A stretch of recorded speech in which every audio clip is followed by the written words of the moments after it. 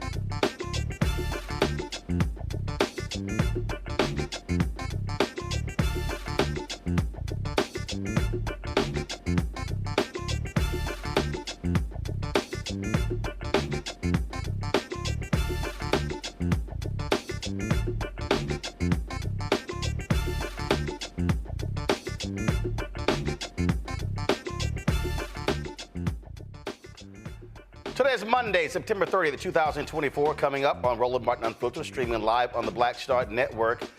The convicted felon's suggestion to tackle crime mirrors the horror movie franchise The Purge, but also mirrors what was done in Nazi Germany. You'll hear Donald Trump say, oh, let's just have a really violent day in America and allow the cops to do whatever they want. You'll also hear him talk about black folks cheating when it comes to voting. Yes, he made that racist comment again. Vice President Kamala Harris speaks at FEMA as the White House shows it is doing all it can to help folks who have been impacted by Hurricane Helene in North Carolina, Georgia, South Carolina, and Florida. Nearly 100 people have died as a result of the hurricane and the aftermath. Also, Vice President Kamala Harris sat down with the host of All the Smoke podcast and talked about personal stories, but also weighed in on critical social issues. We'll show you some of that conversation. Folks, for the first time, the federal government is going to initiate a review of what took place 1921 Tulsa Race Massacre. That announcement was made today by the Department of Justice. We'll talk with the civil rights attorney who's been working with the remaining survivors of the Tulsa Race Massacre. Plus, we'll remember the Hall of Famer, Dikembe Mutombo, who died today of brain cancer. We'll talk to a number of different people in the NBA. Tributes are pouring in all across the globe. We'll also hear from the Congolese ambassador to the United States, sharing his thoughts on their native son. It's time to bring the funk. I'm Roland Martin Unfiltered. On the Black Star Network, let's go. He's got it. Whatever the miss, he's on it. Whatever it is, he's got the scoop, the fact, the find.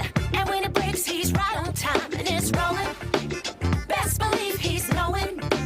Putting it down from sports to news to politics. With entertainment just for kicks, he's rolling.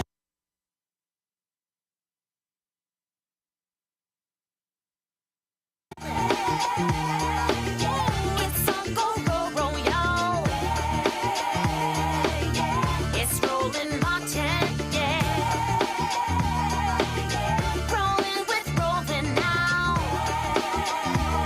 He's funk, he's fresh, he's real, the best, you know he's rolling Martin now.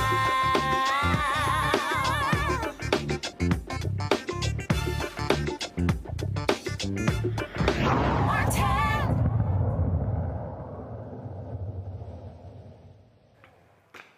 Folks, devastation all across the country in the aftermath of Hurricane Helene that has impacted folks from Florida to South Carolina, Georgia, North Carolina, and western North Carolina. Massive flooding has taken place in places like Asheville, where roads have been washed out.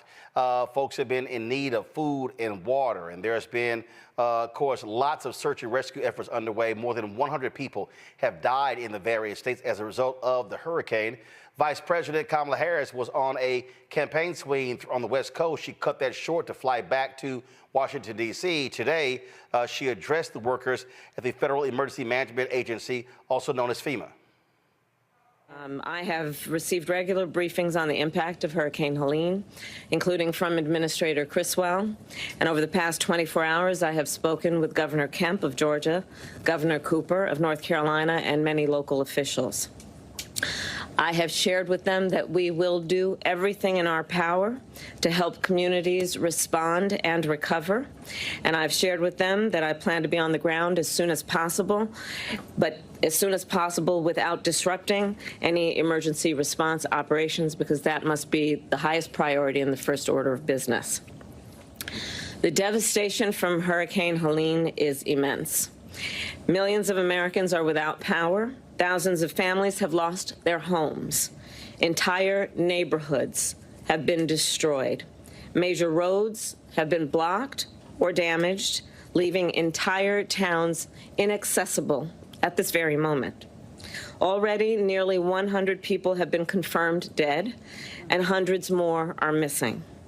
The destruction we have seen in Alabama, Florida, Georgia, North Carolina, South Carolina, Tennessee, and Virginia is heartbreaking. In coordination with state and local officials, President Biden and I will continue to make sure that communities have the support and the resources that they need, not only to respond to this storm and its immediate aftermath, but also the resources they will need to recover. So far, more than 3,300 federal personnel are on the ground to assist with recovery efforts. They are deploying food, water, and generators. And we continue to work with teams on the ground to restore water and power as quickly as possible. To everyone who has been impacted by this storm, and to all of those of you who are rightly feeling overwhelmed by the destruction and the loss, our nation is with you. And President Biden and I, and all of the folks behind me, are with you. President Joe Biden announced he's going to travel to North Carolina on Wednesday to survey the damage. Now, let me go ahead and say this right now.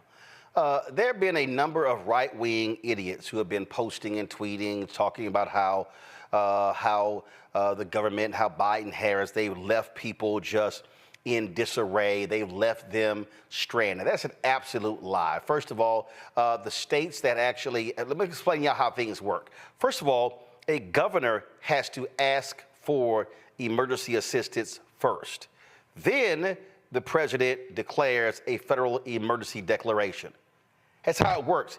he can't just do it on his own. There has to actually be a request for that declaration. That's first. But the second thing is, it's stupid for people to be asking, why isn't Harris and Biden in North Carolina and Georgia? Well, because idiots, when the president and the vice president comes in, literally, security is shifted to protecting them. That means that you no longer are about search and rescue. You no longer are about helping the people who are in need. So it's actually wise for the president or the vice president not to go into a place in the first 48 to 72 hours because they need to get the situation on the ground handled first. That's just a fact. And so all of these idiots who are out here complaining and, oh my God, and I don't understand, why are they not doing this? That is idiotic. So please stop. And stop lying on social media. All of these right-wing nutcases, that's all they do is lie. They lie. Oh, we're not taking care of American citizens. We're taking care of the Ukrainians. More lies, more lies, more lies, more lies. And so it just gets nauseating to listen to these whiners when that's all they ever do is just whine and complain, whine and complain, whine and complain. So they really do get on my nerves, frankly, by the consequence. So just understand there's a reason why the president and the vice president doesn't go in the way a lot of people would like for them to do, because, again, it's a safety issue, and you want the focus to be on search and rescue first. That's what you want, and that's the way it should be. But unfortunately, you got too many other people who are too dumb to understand that, okay? Now, there are a lot of ways you can actually support, and I've had some people hit me and they say, hey, how do we know what's legitimate? How do we know what's real? And so I reached out to folks there in North Carolina, and so you can help with it's called the North Carolina Disaster Relief Fund. Okay, you can donate online. This is from Governor Roy Cooper's office. Come on, let's go. You can donate at nc.gov/donate. This is the North Carolina Disaster Relief Fund. Again, you can donate online at nc.gov/donate, DONATV. All right, folks, I want to go to my panel on this one because, again, I just get tired of listening to these people who all they do is just whine, complain, whine, complain, whine, complain. But the whole goal is, of course, they're trying to take shots at President Biden and Vice President Kamala Harris. Dr. Julian Malveaux, economist, President Emerita, Bennett College, also an author out of D.C. Dr. Amakongo Dibinga, senior professorial lecturer, School of International Service, American University. Candace Kelly, legal analyst and host, Not All Hood, South Orange, New Jersey. Glad to have all three of you here. Julian, it's very simple. Again, when you have natural disasters, look, I'm born and raised in Houston. I've lived through multiple hurricanes.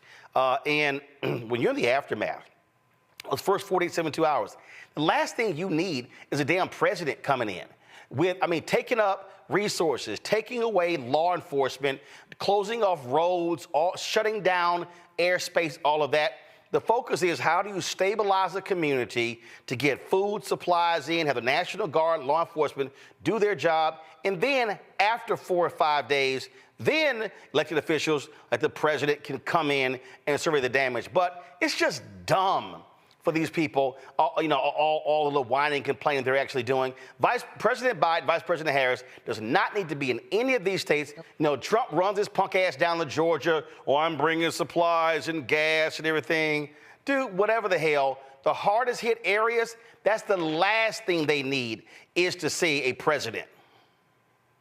Roland, you're absolutely right. This is hilarious that these folks are talking about them neglecting. There's parts of North Carolina they couldn't get to if they wanted to, because like Asheville, North Carolina, which weird to me that in the mountains, nowhere near sea, but they're now, totally cut off.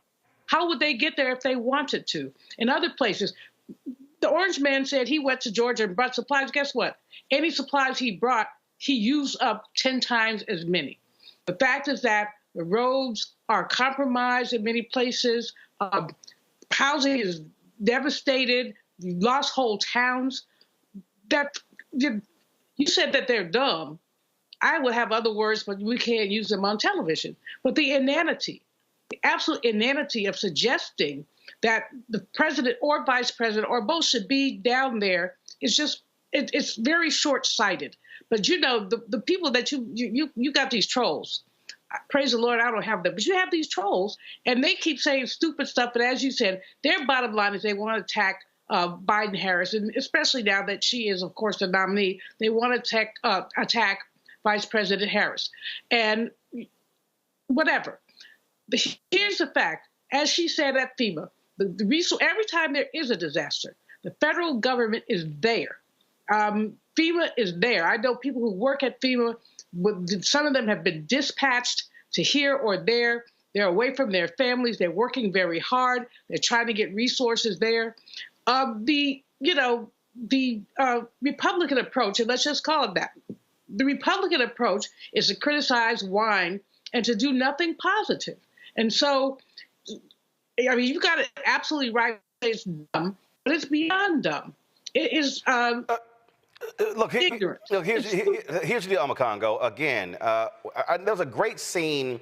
It was from the West Wing. It was a great scene from the West Wing, and I really love that scene, where President Bartlett, he goes to his place, and he really was just torn apart by it. And they literally were like, dude, you need to come back to D.C. because you're actually in the way. Mm-hmm. Down there, they're trying to get the town back in order. You are sucking up resources because the goal is to keep you safe. It's actually better for you to get your butt back to D.C. so the people down there can do their work. It's the same thing. Again, so Biden going down, hurricane hits late last week, okay?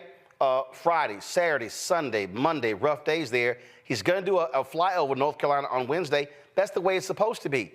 You don't go down there in the first 48, 72 hours. Yeah, absolutely. And this is not only silly season as it relates to the Republicans. It's just another opportunity for them to flat out lie. You know, Trump mentioned that, Vice President Harris didn't meet, he doesn't call her Vice President Harris, but, said that she didn't talk to Kemp and Biden didn't talk to Kemp, governor of Georgia. That was a lie. Saying that they're not doing anything. That was a lie. From the beginning, they've been talking about everything they're going to do. You haven't heard anything from Ron DeSantis complaining about anything that's going on down there, right? And none of these other governors have as well. And all of these governors, Cooper, like all of these different governors have said, a few days ago is not the time. Biden's coming Wednesday. But if people are going to continue to only look at Trump and his ecosphere and look at them as the people who are going to be the carriers of the message of what's supposed to be happening, I mean, remember Trump in Puerto Rico and the throwing paper towels and all of that other type of stuff? I mean, if he was there right now, what would he be doing as president? Yeah, he went to this furniture store, but if he was president, he would bring that entire infrastructure and make it all about himself. Even today, he said it wasn't going to be about politics, but made it about politics as well. So what we see with Harris and Biden is that they're demonstrating dignity, they're demonstrating that they care for humanity, and they're demonstrating that they care for making sure that everybody's able to either be safe, get safe, and make sure they don't interfere with any search efforts of people who could still be alive right now. And so for people who want to politicize this of all things right now, they are showing that they have no humanity whatsoever. We should all be like you were doing in the beginning of the segment, Roland, designating places for resources, dedicating, giving up places where we have donations, people can get help, clothing and food and all of those other types of things. But this is showing, let's also remember, Roland, that just last week, people were talking about Trump. What did he want to do? Shut the government down. The same government that's responsible for giving the services that are needed for all of these communities right now, which is also a goal of Project 2025. So imagine with Trump and Project 2025 in power, what would be happening right now would be like night and day for all of the people suffering right now. See, it's always interesting, Candace, when you see how people respond to certain things. And then I love these people who are saying, well, I remember they were blaming Bush. Yeah, they were blaming Bush for Hurricane Katrina because the FEMA executive he sent down was completely inept, was totally inept. And it was an inept response. And then this whole deal, Biden, there was a clip, I need to find the clip, one of the reporters, Mr. President, why didn't you come back to D.C.? He's like, I was on the phone with him yesterday. I was on the phone with him today. He said, the thing is called the phone. You could communicate. I mean, it was just one of those dumb questions. And so it's always stupid to me when media ask those questions. Why didn't you come back? First of all, wherever the president and the vice president is, that's where the whole world is. Like, there's a thing called communication. There's secure line communication, video and audio. So this idea that you can only deal with crises from the White House is just stupid to me.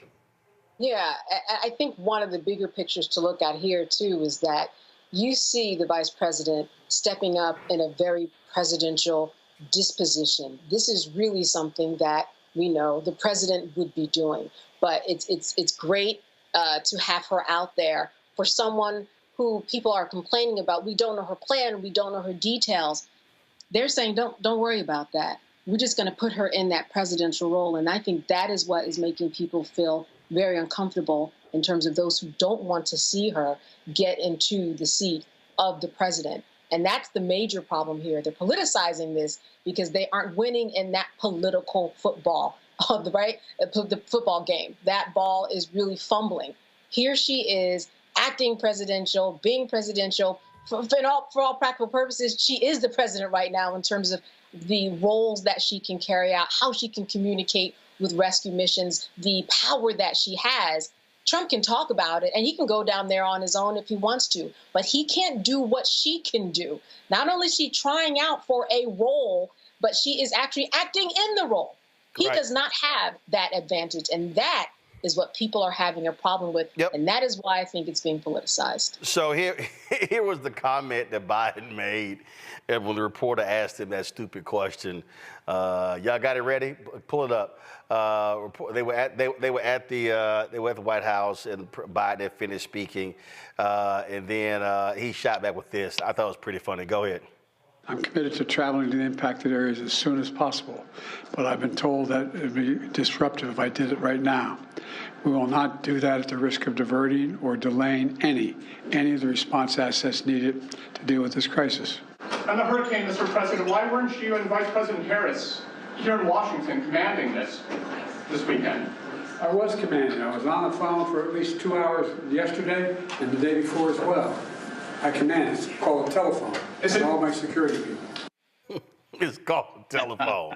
I mean, to me, it ain't that hard. So, again, folks, again, a lot of work being done. Federal government is sending in resources.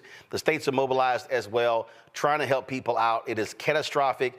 But all these MAGA people who are whining and complaining, which I should be asking, what about all those Republicans who voted to shut the government down just a couple of days before? Oh, they're now asking for federal assistance. Boy, ain't it amazing how y'all are real quick to criticize the federal government? Oh, but then you got your hands out when there's a disaster. Always happens that way. All right, going to a break. We come back. Gotta play for you some of the most stupidest stuff Donald Trump said over the weekend. You wonder why he's disqualified? Why he should be disqualified from running for office? We'll play it next. You're watching Roland Martin Unfiltered on the Black Star Network. Told us who he was. Should abortion be punished? There has to be some form of punishment. Then he showed us. For 54 years, they were trying to get Roe v. Wade terminated, and I did it, and I'm proud to have done it. Now Donald Trump wants to go further with plans to restrict birth control, ban abortion nationwide, even monitor women's pregnancies. We know who Donald Trump is. He'll take control. We'll pay the price. I'm Kamala Harris, and I approve this message. Bob and I both voted for Donald Trump. I voted for him twice. I won't vote for him again. January 6th was a wake-up call for me. Donald Trump divides people. We've already seen what he has to bring. He didn't do anything to help us. Kamala Harris, she cares about the American people. I think she's got the wherewithal to make a difference. I've never voted for a Democrat. Yes, we're both lifelong Republicans. The choice is very simple. I'm voting for Kamala. I am voting for Kamala Harris. In 2016, Donald Trump said he would choose only the best people to work in his White House. Now those people have a warning for America. Trump is not fit to be president again. Here's his vice president. Anyone who puts himself over the Constitution should never be president of the United States. It should come as no surprise that I will not be endorsing Donald Trump this year. His defense secretary. Do you think Trump can be trusted with the nation's secrets ever again? No. I mean, it's just irresponsible action that places our service members at risk, places our nation's security at risk. His national security advisor. Donald Trump will cause a lot of damage. The only thing he cares about is Donald Trump. And the nation's highest-ranking military officer. We don't take an oath to a king or a queen or to a tyrant or a dictator. And we don't take an oath to a wannabe dictator. Take it from the people who knew him best. Donald Trump is a danger to our troops and our democracy. We can't let him lead our country again. I'm Kamala Harris, and I approve this message. IVF is a miracle for us because it allowed us to have our family. After having my daughter, I wanted more children, but my embryo transfer was canceled 8 days before the procedure. Donald Trump overturning Roe v. Wade stopped us from growing the family that we wanted. I don't want politicians telling me how or when I can have a baby. We need a president that will protect our rights, and that's Kamala Harris. I'm Kamala Harris, and I approve this message. Here's a 78-year-old billionaire who has not stopped whining about his problems. Oh, she had a big crowd. Oh, the crowd. This weird obsession with crowd sizes. It just goes on and on and on.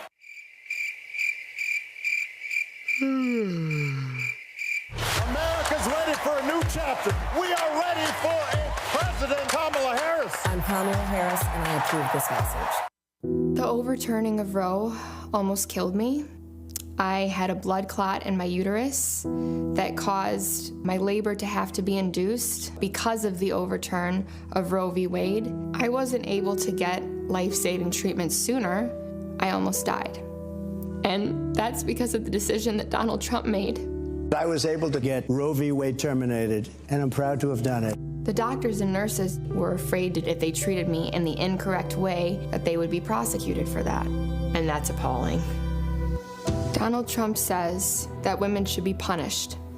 Do you believe in punishment for abortion? There has to be some form of punishment. For the woman? Yeah. I believe that women should have reproductive freedom to make the choices about their own bodies. 4 more years of Donald Trump means that women's rights will continue to be taken away one by one by one by one. This has to stop because women are dying. I'm Kamala Harris, and I approve this message. Kamala Harris has never backed down from a challenge.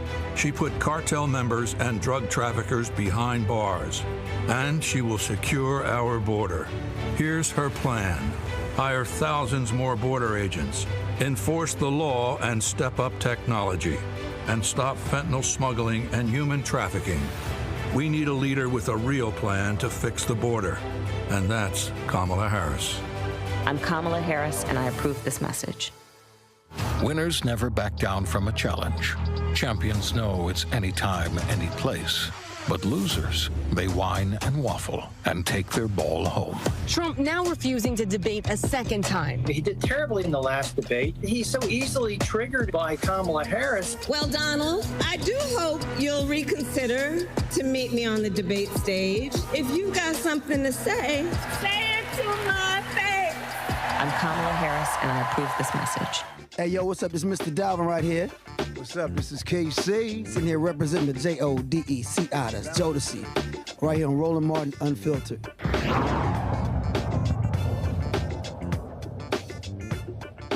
Donald Trump is a thug in chief. Well, he proved that again when he was at a rally on Sunday, and this fool said this. Do it because the liberal left won't let him do it. The liberal left wants to destroy him, and they want to destroy our country. You know, if you had one day, like one real rough, nasty day with the drugstores as an example, but they have to be taught. Now, if you had one really violent day, like a guy like Mike Kelly, put him in charge, Congressman Kelly, put him in charge for one day. Mike, would you say, he's right here, it's a chain of events that's so bad. One rough hour, and I mean real rough, The word will get out, and it will end immediately. End immediately. You know, it'll end. I'm here only because they cheat, and they cheat in this state, especially in Philadelphia. And I mentioned a couple of the areas, but for the most part, but Philadelphia is out of control. Detroit is out of control.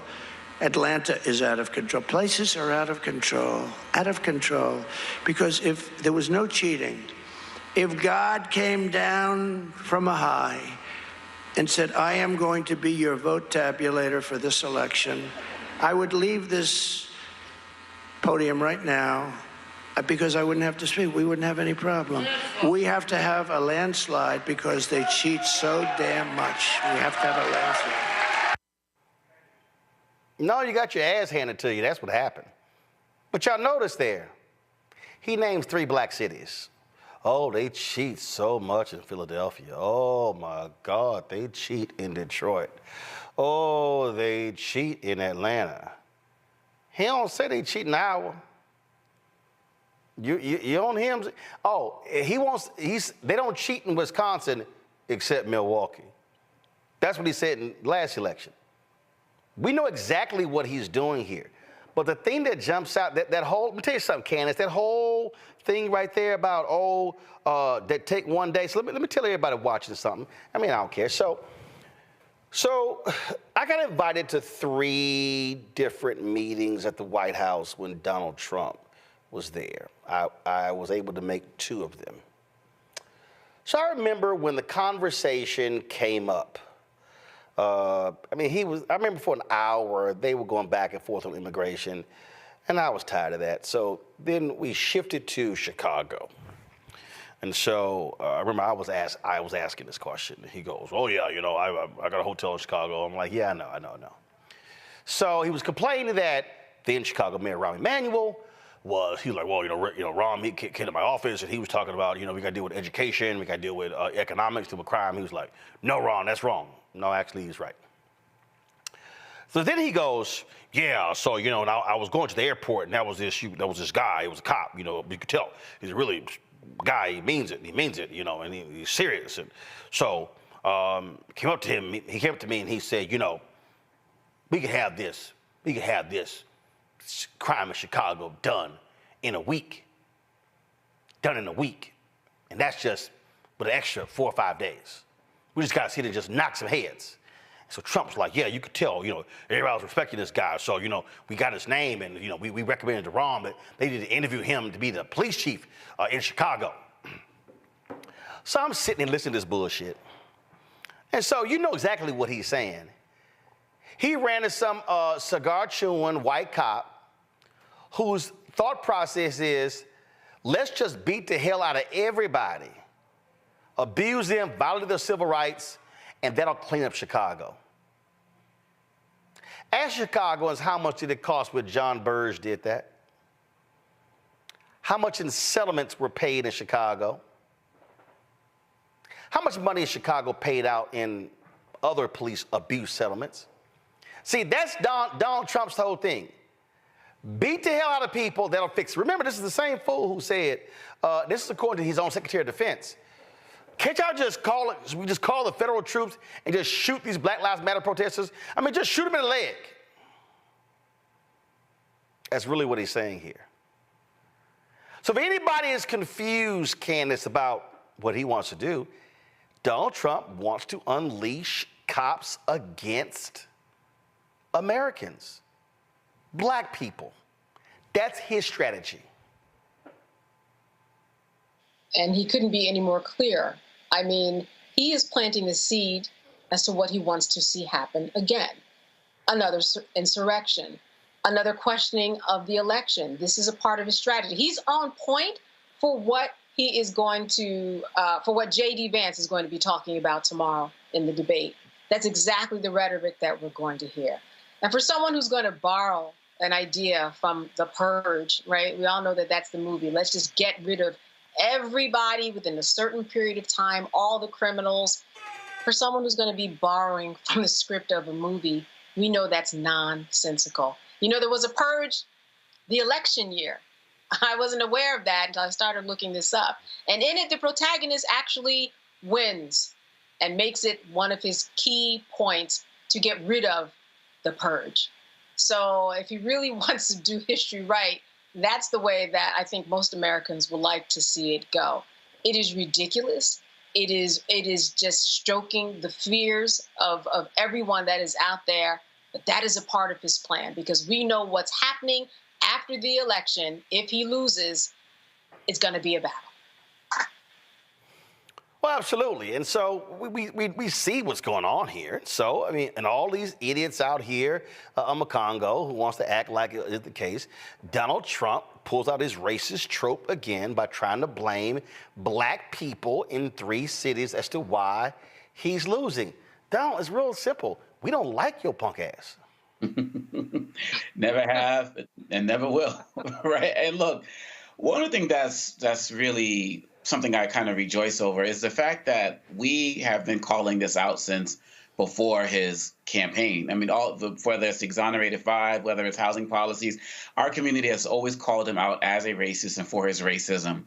And maybe if the rest of the media folks caught along, maybe if the rest of these other politicians, Republican and Democrat, caught along, maybe we wouldn't be here where we are today. But now this man is here on full blast. If you go back to 2015, right, in that election, 2016, campaign and everything, towards the end of his campaign, he was a little bit reserved because the James Comey letter was out there and it was trashing Hillary's campaign, right? And it was taking her down. So he didn't really have to be out there out in front. But now, right now, he has nothing. He has nothing on VP Harris. He's still trying to figure out a name, from Comrade Kamala to Kamala to all of these things. He hasn't been able to figure out a name. He's scared to debate because he realized he got exposed there. So all he has is who he is, which is his racism. He has gone, maybe was going to his lowest denominator. This is who he's always been. And this is his last chance. Is he's going to throw out everything to see what sticks.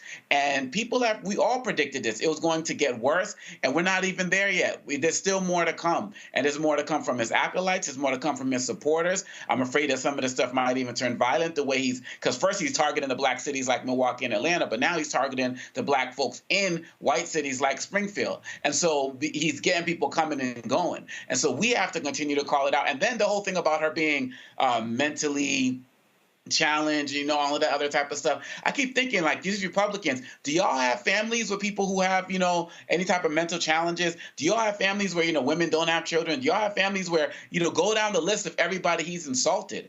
And they just keep laughing and laughing and laughing. Why? Because he gives them a pass with his racism, because many of them want that permission structure to be able to say these racist things and do these racist things as well. And so we need to continue to stay buckled up, because there's more to come, because this is all he has and it's who he is. Dr. Maya Angelou said, believe him the first time when people show you who they are. He's been showed us. And now we just have to act accordingly and make sure he doesn't get the office in 2025. And look, Julian, again, let me say this here to any one of these immigrant brothers and sisters who are talking about Make America Great Again. He don't give a damn about y'all. Donald Trump don't give a damn about y'all either. He don't care. He also made this comment. I'm trying to pull it up here. He made this comment about folks coming from the Congo.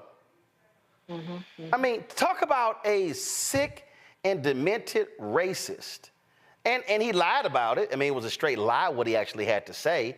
And that's all he's doing in these rallies is just lying. He's just lying and making stuff up. And these fools, they fall for it. They think, oh, yeah, he telling the truth. They out there cheering. Donald Trump is appealing to white racists. Listen to this. Listen to this right here. If you don't believe it, watch this. Last week, a lot of people came in from the Congo, a big prison in the Congo in Africa. Last week, a lot of people came in from the Congo, a big prison in the Congo in Africa. What the hell are you talking about? And again, that's his whole deal. Oh, he called them shithole countries last time. Now it's, a bunch of people from the prison in the Congo, they're coming in. Lying. Rose, this man, he keeps talking about Vice President Harris's mental capacity, but he has shown us time and time again that he is truly deranged, that he is disconnected from reality, that he just makes stuff up. So anybody who believes him needs to have their head examined too. I mean, the man is truly deranged. And some of the things that he says, it's not only that they're racist, of course they're racist things, but they're also unhinged things. How did he think the people from the Congo got here? The people of the Congo let the people out of prison, took them to the airport, INS let them in, or TSA, whatever, let them in.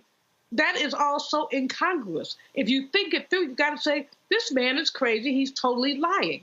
But those folks who believe him because really inherently they believe in the undocumented foundations of his BS. That's what's going on there. So when if you just unpack it, what you have to say is this man has no love for people, but he has especially ire for Black people. And then when you look at this, for just a day, this one day just go hard. Really? Really?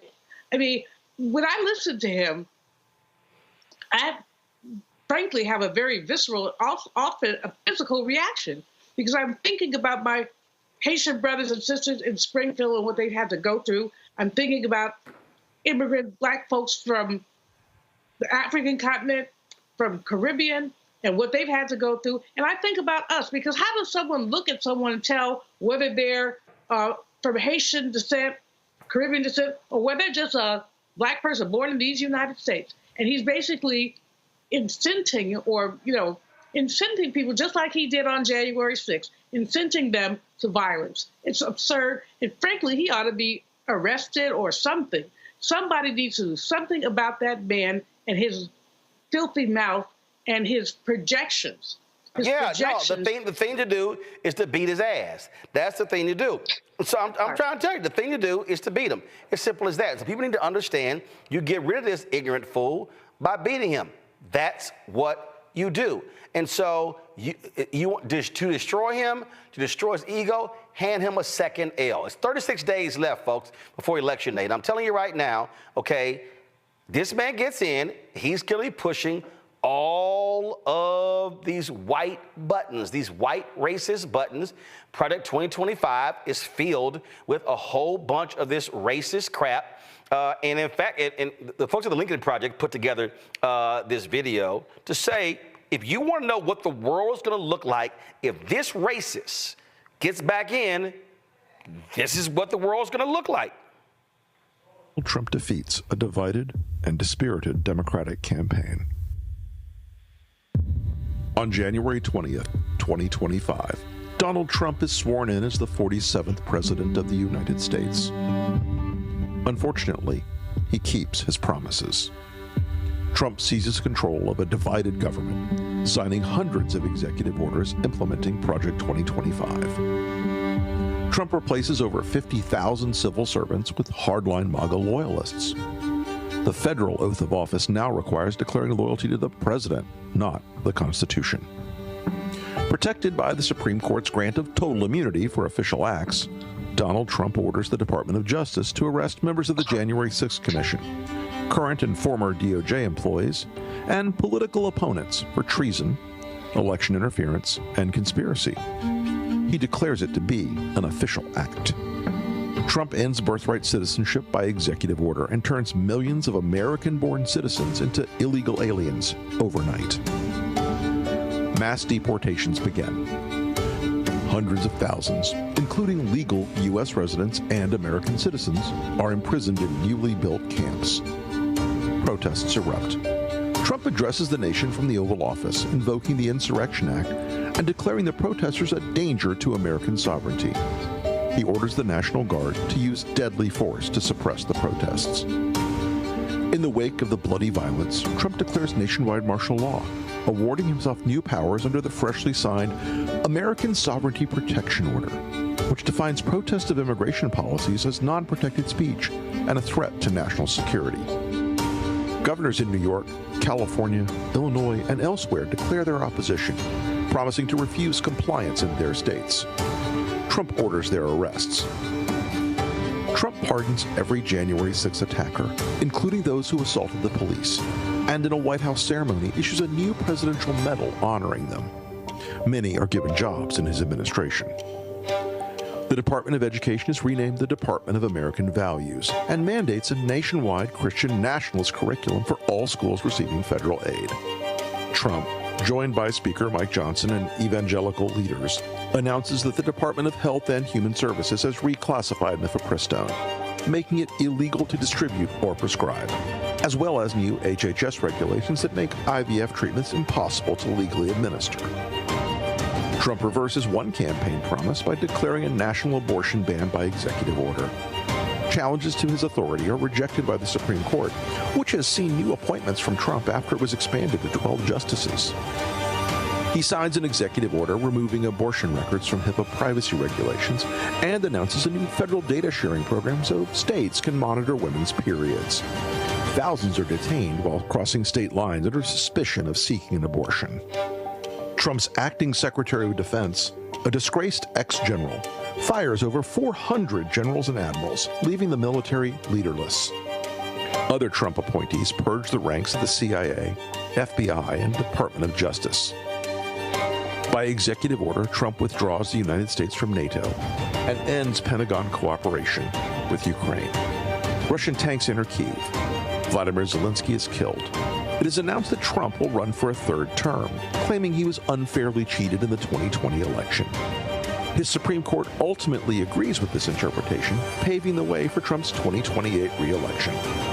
If you hear all this and believe it isn't possible, then ask yourself, what did you believe was impossible just 8 years ago? This isn't a fantasy. It's Trump's plan, and he's counting on you to believe it couldn't happen. So if anybody's confused, Candace, they better understand it's all that's going to happen. Oh, yeah. And you better just get out Project 25 because it's all outlined in there. Every single thing that he said is outlined in Project 25. And what some people need to also remember is that they are planning for a transition plan. And that plan, a lot of it is not even going to be on paper, right? We have FOIA, we have Freedom of the Information Act, and that allows us to get access to these types of documents, to emails. Their plan is to make sure that what they're discussing in terms of that transition of power, the next step, the exact steps that are going to happen, they're articulating it orally. They're talking to each other. All these conferences that you see Republicans going to, all these conferences that you see these nationalists putting together, they are doing this for a very specific reason, to carry out the next goal, the next step in making sure that plan is put into action. So not only is this plan something that is over 900 pages of information that everybody has to read. I mean, some of it is unbelievable. There's a part in this plan that says that they will kill all wild horses in order to free up some of the land. They cover everything, everything.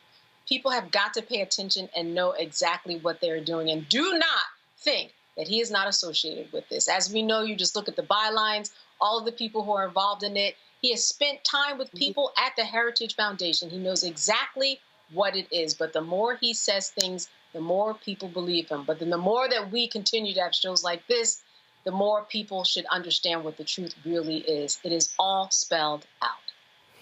Indeed, indeed. All right, folks, hold tight 1 second. We come back. Federal government makes an announcement regarding the Tulsa Race Massacre of 1921. We'll tell you all about it. We'll also, folks, pay tribute to Dikembe Mutombo, NBA Hall of Famer. Also, of course, the worldwide ambassador, dead at the age of 58 due to brain cancer.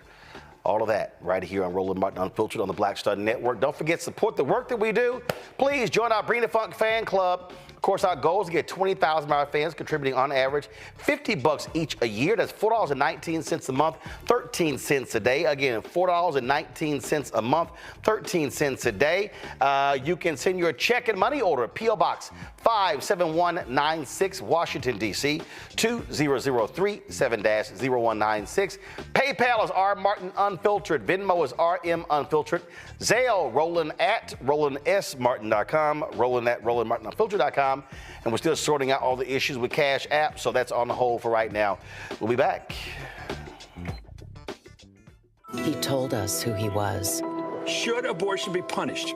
There has to be some form of punishment. Then he showed us. For 54 years, they were trying to get Roe v. Wade terminated, and I did it, and I'm proud to have done it.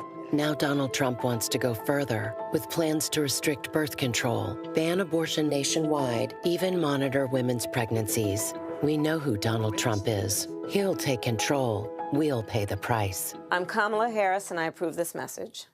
Bob and I both voted for Donald Trump. I voted for him twice. I won't vote for him again. January 6th was a wake-up call for me. Donald Trump divides people. We've already seen what he has to bring. He didn't do anything to help us.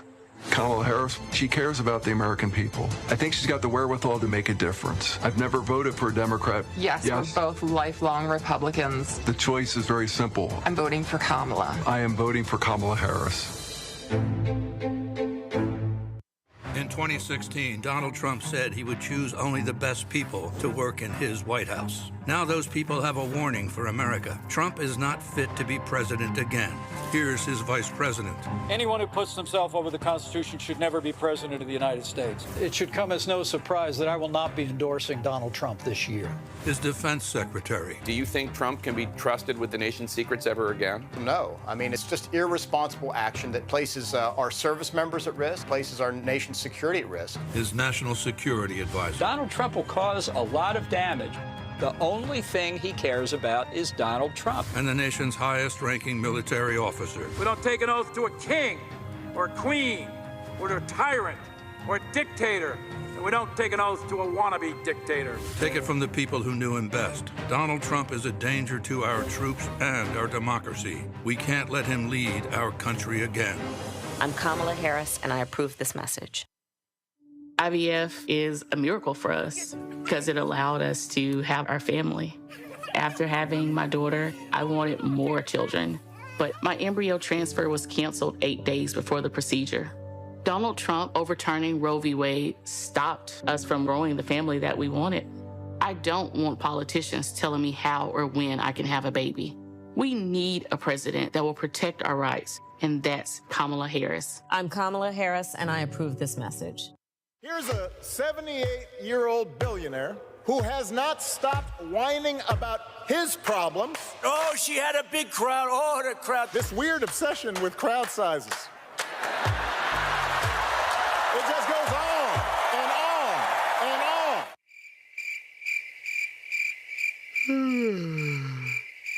America's ready for a new chapter. We are ready for a President Kamala Harris. I'm Kamala Harris, and I approve this message.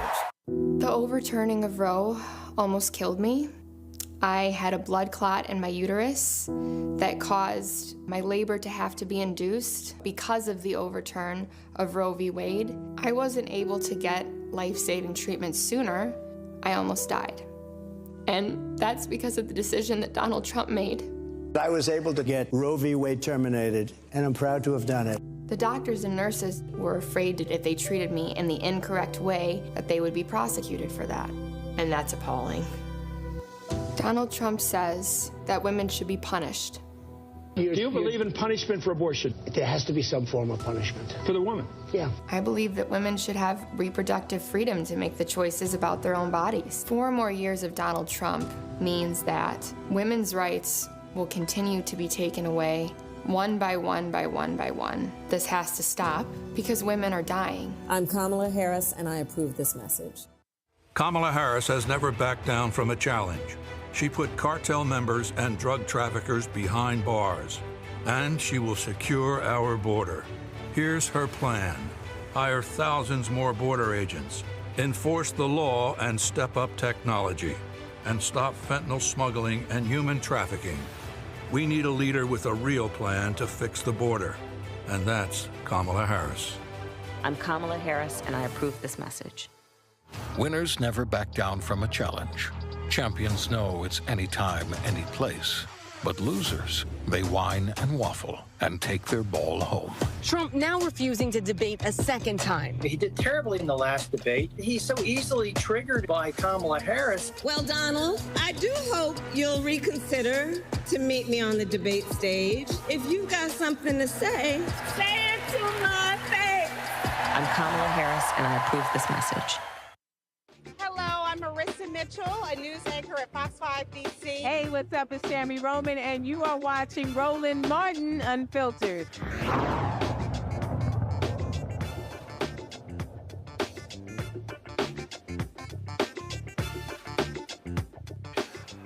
Folks, today in Washington, D.C., the Department of Justice had their cold case hearing, and it's an annual event that they actually hold. And there was a major announcement by Kristen Clark, who leads the Civil Rights Division of the Department of Justice pertaining to the 1921 Tulsa Race Massacre. This is what she announced today. I want to tell you about a review and evaluation that the Civil Rights Division's cold case unit is undertaking of the Tulsa Race Massacre, one of the deadliest episodes of mass racial violence in this nation's history. On May 31 and June 1 of 1921, a white mob attacked a then thriving Black community, the Greenwood district of Tulsa, Oklahoma, sometimes referred to as the Black Wall Street. When our review and evaluation concludes, we will issue a public report detailing our findings and conclusions pursuant to the Emmett Till Cold Case Act. The immediate catalyst for the riot was, as with Emmett Till's murder, the claim that a Black youth had inappropriately engaged with a white woman. The young man, Dick Rowland, was arrested. White men went to the jail to demand that he be released to face mob justice. Members of the Black community assembled at the courthouse to try to prevent a lynching. An altercation broke out. In response, a white mob invaded Greenwood. The mob burned more than 35 square blocks of the Black community, destroying businesses and homes and killing hundreds of Black men, women, and children, although the exact toll remains uncertain. Some suspect that the aim of the white mob was all along to appropriate the wealth of the Black community, and that the allegations against Mr. Rowland were merely an excuse. While this race massacre happened 103 years ago, in 1921, we acknowledge that there are two survivors, Viola Fletcher, known as Mother Fletcher, and Leslie Benningfield Randall, known as Mother Randall, and one victim who passed away late last year, Hugh Van Ellis, known as Uncle Red.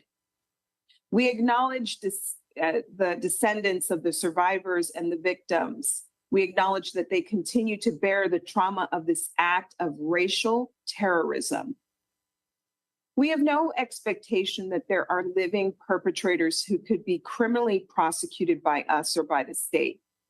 Although a commission, historians, lawyers, and others have conducted prior examinations of the Tulsa Massacre, we, the Department of Justice, never have.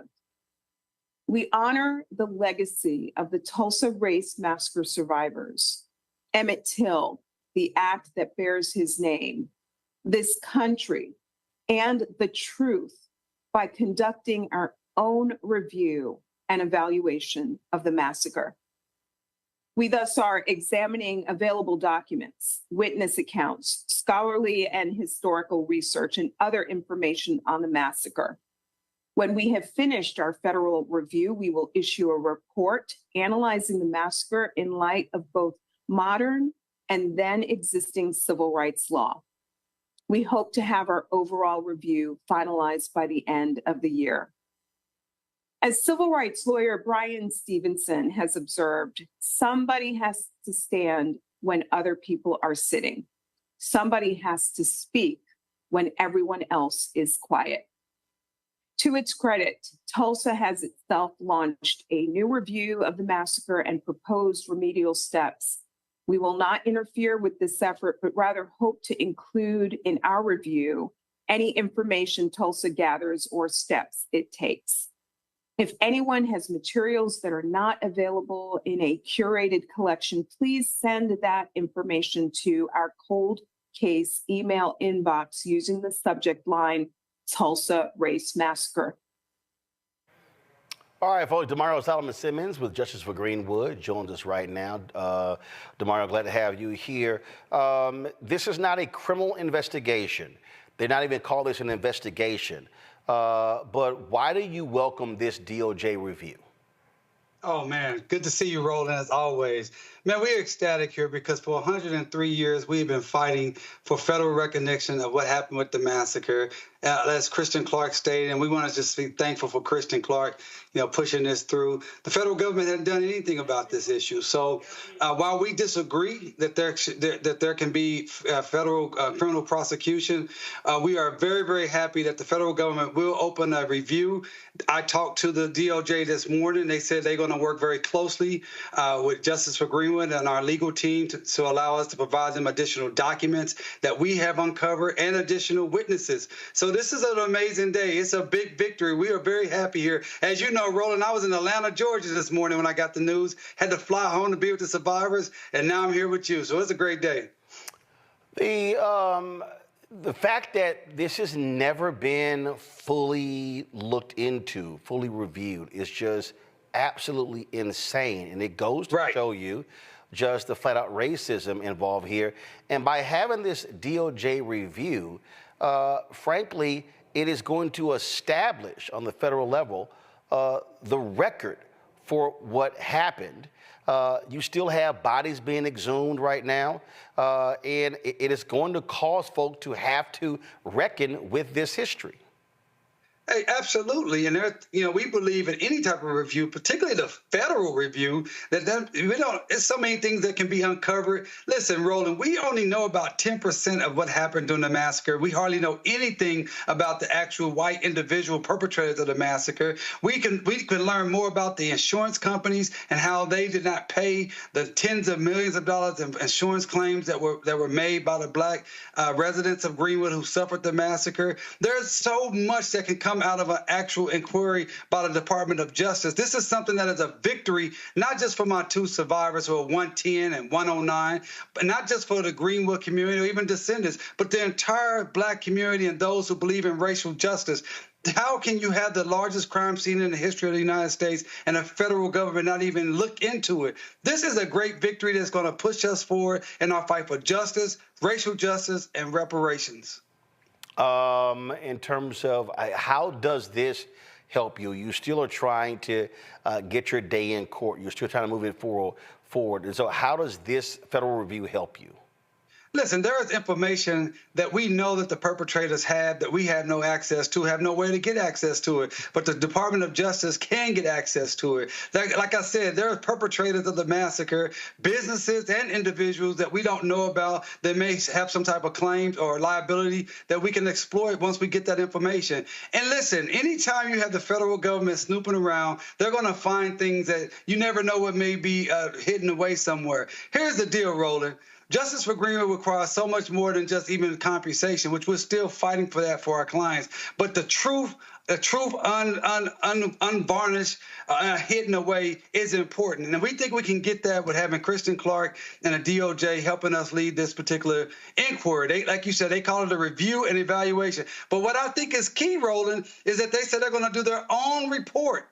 And they hope to have that report done by the end of the year. That will continue to move our momentum forward as we continue to try to get justice for Greenwood, particularly for our two living survivors, 110-year-old Viola Ford Fletcher, Mother Fletcher, and 109-year-old Mother Leslie Benefield Randall, who will be 109 and on November 10th. Questions from our panel. Candace, you first. Well, obviously, you've been doing a lot of work already, and I'm wondering how you'll be working potentially with the Department of Justice, because forensic work that you and other organizations have been doing, digging up bodies, finding out if there's been trauma to bodies, a lot has been done. What are you funneling to the DOJ, or how are you working with them? Well, thank you for the question. Yeah, it's been a long, long struggle to get here. I mean, just over the last 3.5 years, we've had close to 10 meetings with the DOJ or members of the DOJ staff.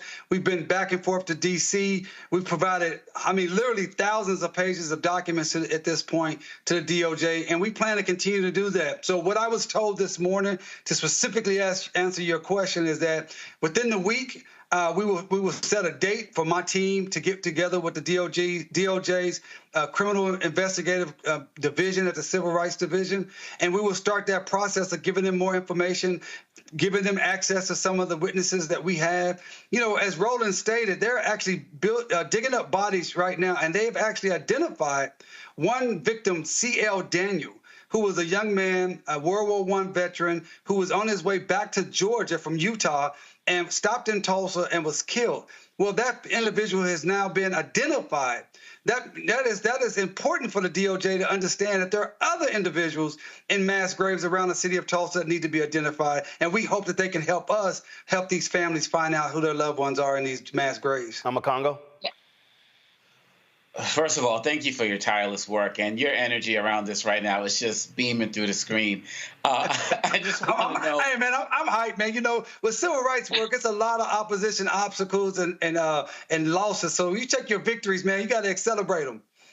Yes, sir. I was wondering, can you give us a response from Fletcher and Randall in terms of how they're feeling about this news? Listen, they are excited to continue to be able to move their case forward and make sure that people don't forget that they're still here and they're still fighting. It's such an honor. It's an absolute honor for me to be their attorneys and just be in their presence. I promise you, it's like being in the presence of God. These individuals, these women were born in 1914. They were born in a time that they could not vote, not just because they were black, but because they were women. And now for them to have the wherewithal to continue to put their name, face, and likeness on a justice campaign that is not just for them, it's not just for their families, it is for our entire black community. And that's why I'm so honored to work for them. Julian? Damaris, how you doing? It's good to see you, and I love that smile. You are absolutely beaming. And, this is long overdue. The federal recognition, I hope that what also comes out is a federal role that happened in this, the federal role. You will remember we talked before about Dr. Olivia Hooker, who was one of the survivors. She passed in 2019, and she was a dear friend. I got to know her, just a dear friend. But she used to always talk about how she looked out the window at her home and saw the soldiers coming with the guns. And she asked her mother, why are the people from our country coming at us? And she never said what her mother said, but basically her tale is harrowing. There are many interviews with Dr. Hooker that are on tape, PBS. I think I might have one. I know that. Anyway, some of those tape remembrances should also be sent to DOJ. What Dr. Hooker alleges is that the whole thing with the young brother, it was specious. Not only specious, but he and the young lady, both of whom we don't know what happened to them after the whole thing, Sarah Page and Dick Rowland, but there is some buzz that they might have been involved. His adopted mother had said that. So, first of all, just congratulations. But secondly, how many of these records, Ogletree, Charles Ogletree, Johnny Cochran, many others pursued this. How many of these records will the DOJ be able to look at? Listen, first of all, good to see you always, Dr. Malvo, and Dr. Olivia Hooker was a great friend. I got to spend a lot of time with her, travel back and forth to D.C. with her. And for those in the audience to know, Dr. Olivia Hooker was also the first African-American female in the Coast Guard. She was like the second black female to get her PhD, I think, from Fordham. She was an outstanding individual. And so I'm glad you invoked her name. And yes, we have hundreds of interviews of survivors and information that we're going to give over to the DOJ. I was very, very fortunate as a law clerk and as a baby lawyer to work with Professor Ogletree and Johnny Cochran, Willie Gary, Audra Artur, Michelle Roberts, Professor Eric Miller, so many other great attorneys that were trying to bring reparations back in the early 2000s in that particular litigation. And so we want to provide all those documents. Some of those we've already provided, but there is some information that really no one has seen that we've been able to unearth over the last 4 or 5 years of our litigation and our campaign, that we want to make sure we get to the Department of Justice. But here's the deal, too, for everyone to understand. While the Department of Justice says they don't believe anyone alive can be actually prosecuted, in Oklahoma, corporations can be prosecuted for conspiracy and for murder and things of that nature. And we hope the Department of Justice will consider that also. You know, they have some very strict rules as regards to civil rights and federal laws that are in place. But we hope that the Civil Rights Division will look at every possible avenue to bring accountability, because reparations and repair work requires not just compensation, but also requires accountability. And that's what the role of the DOJ is here, is accountability. Last thing I will say, we're working very closely with Representative Al Green out of Texas. He's really taken the place of our dear sister, Representative Sheila Jackson Lee, who we lost a couple months ago. And he is going to be looking at putting together some legislation to help our survivors and descendants still seek compensation from the United States Congress. And so that's something else that will be coming down the pike really, really soon. I'm really excited about. All right, then. Damario Solomon-Simmons, we certainly appreciate it. Thank you so very much. Peace, brother. Thank you. All right, folks. One of the folks who has been very much working on a lot of these issues from the past is California State Senator Stephen Bradford. Well, Senator Bradford is now term limited, and he was pushing through a lot of legislation to right the wrongs of the past. Now, one of those particular bills that he actually had pushed forth has been actually blocked by the governor of California. Okay, trying to understand what that's all about. Senator Bradford joins us right now. Senator, we had you on a couple of weeks ago talking about your reparations bill, trying to sit here and understand what happened there. Now you have this other bill that would have helped black families get compensated for land that was unjustly taken from them by the government in the past. What happened here? Hey, that's a $64,000 question. It got vetoed, even though it left the Senate 38-0, and it left the Assembly's floor 72-0. I don't know a better example of bipartisan support on a piece of legislation. We even had Republican co-authors on SB 1050, which, as you stated, would have dealt with the racially motivated taking of property from people by the government. And we had thousands of examples during the 2 years on the Reparations Task Force where we saw that. And we did this with Bruce's Beach just, 3 years ago when we returned the property. But the governor said without SB 1403, which was the Freedmen Affairs Act, we couldn't stand this program up. And we totally disagree with that. So, okay. All right. So can his veto be overridden? We have more than enough votes, but I don't think the will of the legislature is there to do it at this point. Even though it passed both chambers with no opposition? With no opposition, not a single no vote off either one of these floors, the Senate floor or the Assembly floor.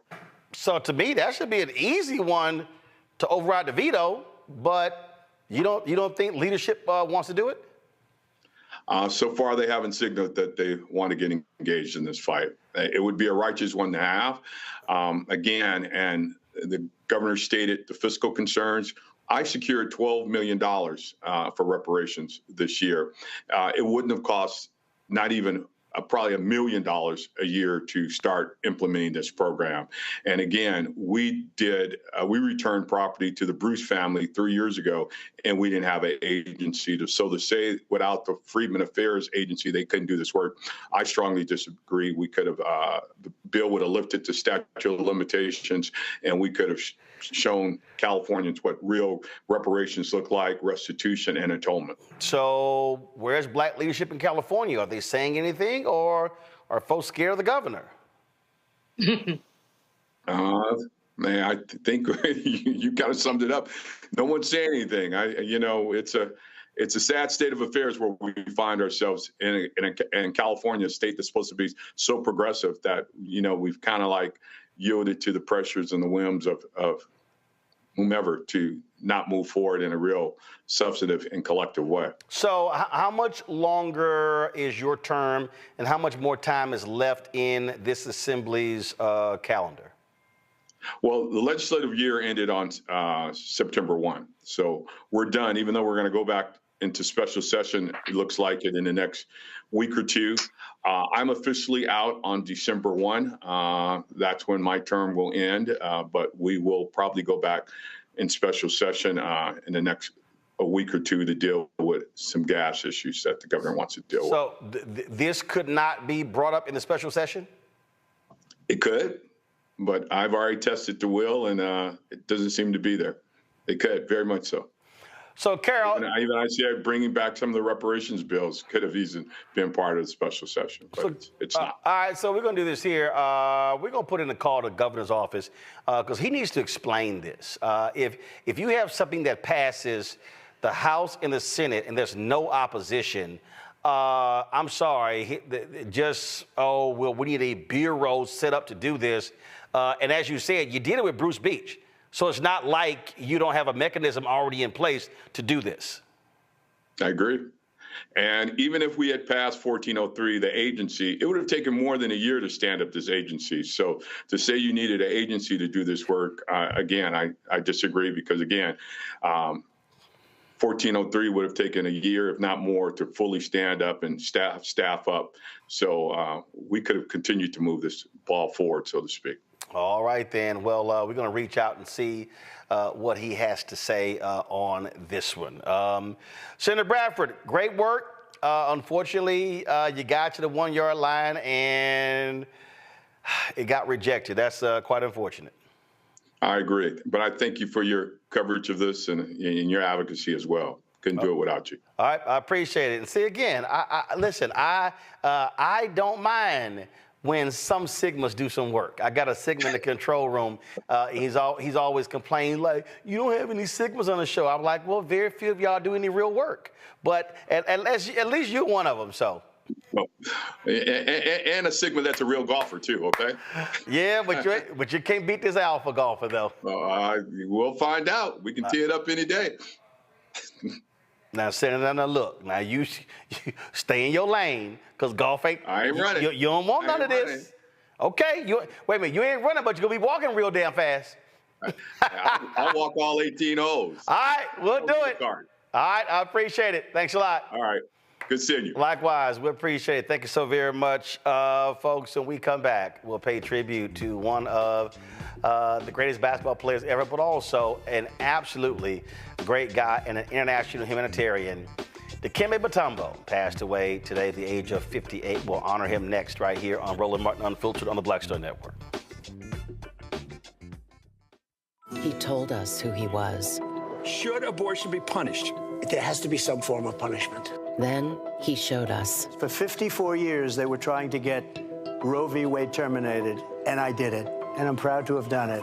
Now Donald Trump wants to go further with plans to restrict birth control, ban abortion nationwide, even monitor women's pregnancies.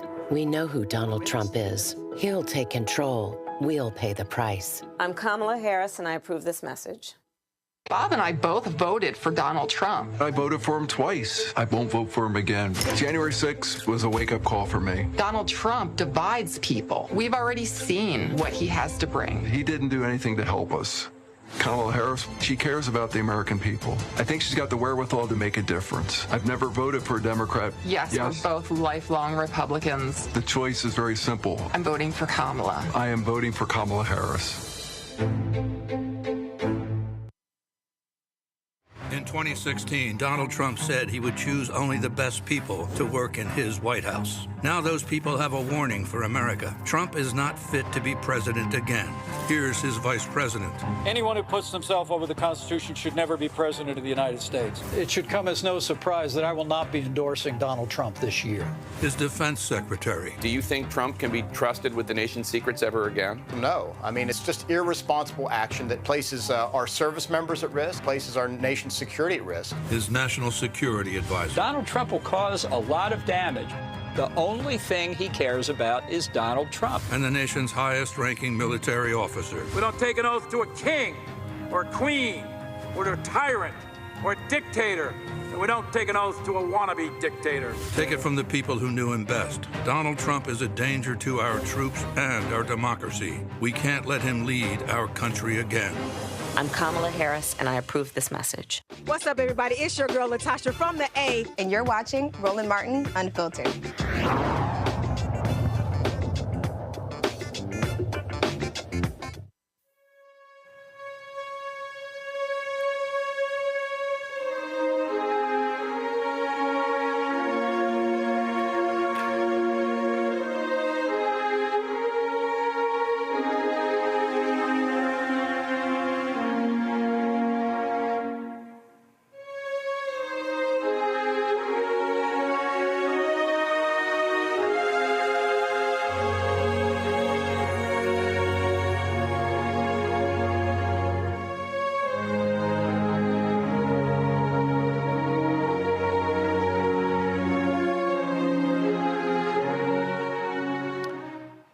It's one of those stories you don't want to do, but unfortunately, is the fact of life. Earlier today, this morning, got the message that Dikembe Mutombo, basketball Hall of Famer, known for his shot blocking as well as his famed finger wave, passed away at the age of 58 from brain cancer. It was 2 years ago when we were told that he was dealing with a brain tumor. Mutombo was 58 years old, and he died surrounded by his family. He rejected 3,289 shots, the second most in NBA history during his long career, which included stops in Denver, Atlanta, Philadelphia, New Jersey, New York, and he played his last 5 years with my beloved Houston Rockets. The 7'2" center was known for his humanitarian work, was an NBA ambassador. In 1997, Mutombo established the Dikembe Mutombo Foundation to improve education and quality of life in his native Democratic Republic of Congo. So many people have been just giving the tributes to him. I want to do this here quickly with my panel before I let them go, because we got a number of sports guests we're going to bring on. Also, Mark Thompson, of course, who was his roommate at Georgetown University. Congo. Of course, great basketball player, Hall of Famer, but he really loved the continent of Africa, and so many sports enthusiasts and basketball players across the continent can thank him for his tireless work in advancing the sport on the continent. Well, absolutely. And for my family, he was a hero. And not only that, both he and my mom were cousins from the Baluba clan in Congo. And so we always grew up admiring what he did. And, I'm also a fellow Hoya from Georgetown as well. So not only seeing his actions on the court, but he was a hero to us who are descendants of Congo, who are born in the Congo, because he never ran away from Congo. He always gave back. He built a school where my mom, also grew up in Bujimai that was named after his father, and then also built a hospital that was named after his mother in Kinshasa. And so not only was he expanding the game of basketball, but he was expanding humanity. And particularly during this time coming up, the 90s, 2000s, where people, just like nowadays, only talking about African countries as something negative, he wanted to highlight the beauty of all of us who are Congolese. And so when I think about these stories of Trump talking about people coming from the Congo, I think about my parents, and I think about Dikembe Mutombo. So for us, it's a sad day for our family. It's a sad day for our community. More than a basketball player, which he was incredible at, he was a humanitarian who put other people first, and we are always going to lift him up in praise and power. Rest in power, Mr. Mutombo, Mount Mutombo. Indeed. I'm a Congo. We sure appreciate it. Thanks a lot, Candace. This is someone who is going to be remembered mostly as a humanitarian, because those effects are going to be felt years down the line. He's somebody who I remember at the time really opened up the doors for people to see Africa in a different light. It was the marketing that the continent, could only wish for. Someone who was a humanitarian, someone who could also play basketball, someone who exposed the sport of basketball to people and young people who were there to continue that legacy. But I think that it's amazing that he has been able to not only have a legacy in basketball, but to have that legacy as a human being, someone who actually wanted to give back and be a person, and again, to make sure that Africa was not just something that you watched on the news or saw some terrible commercial 1-800 number to give money to. It is a continent, and he comes from a country that we should understand, and he made us understand it more. And of course, I cannot forget him in those Geico commercials and his wagging fingers before there was the lizard, right? If we all remember, he made those commercials just as memorable as this lizard is making us remember. And he certainly was something with an amazing legacy. Candace, thank you so very much. Julian? You know, this brother really was an ambassador for Africa to the world. And that's one of the most important things about him. His basketball prowess basically allowed him to lift up a continent that the former president and others call S-hole countries. No, they were not S-hole countries. He did endowment.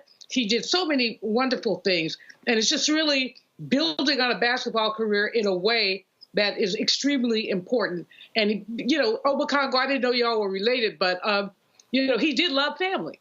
I knew a young lady who was close to him at a point in time, and she always talked about how close he felt to his family. And in loving them, he loved all of us. He loved Black America because he gave us a window to the African continent that we wouldn't get from the news, that we wouldn't get from the mouths of fools, but that we got from someone who truly loved his country, believed in it, and invested in it. It's, you know, he will be missed. He will very much be missed. Indeed. Julian, we certainly appreciate it. Thanks a lot. Folks, joining us right now are three distinguished gentlemen. David Aldridge, longtime NBA journalist. He's covered the sport for any number of media outlets with The Athletic as well. Mark Thompson, of course, Make It Plain, the host of Make It Plain. They were, Mark and Dikembe were roommates at Georgetown University, and also John Hope Bryant, founder of Operation Hope.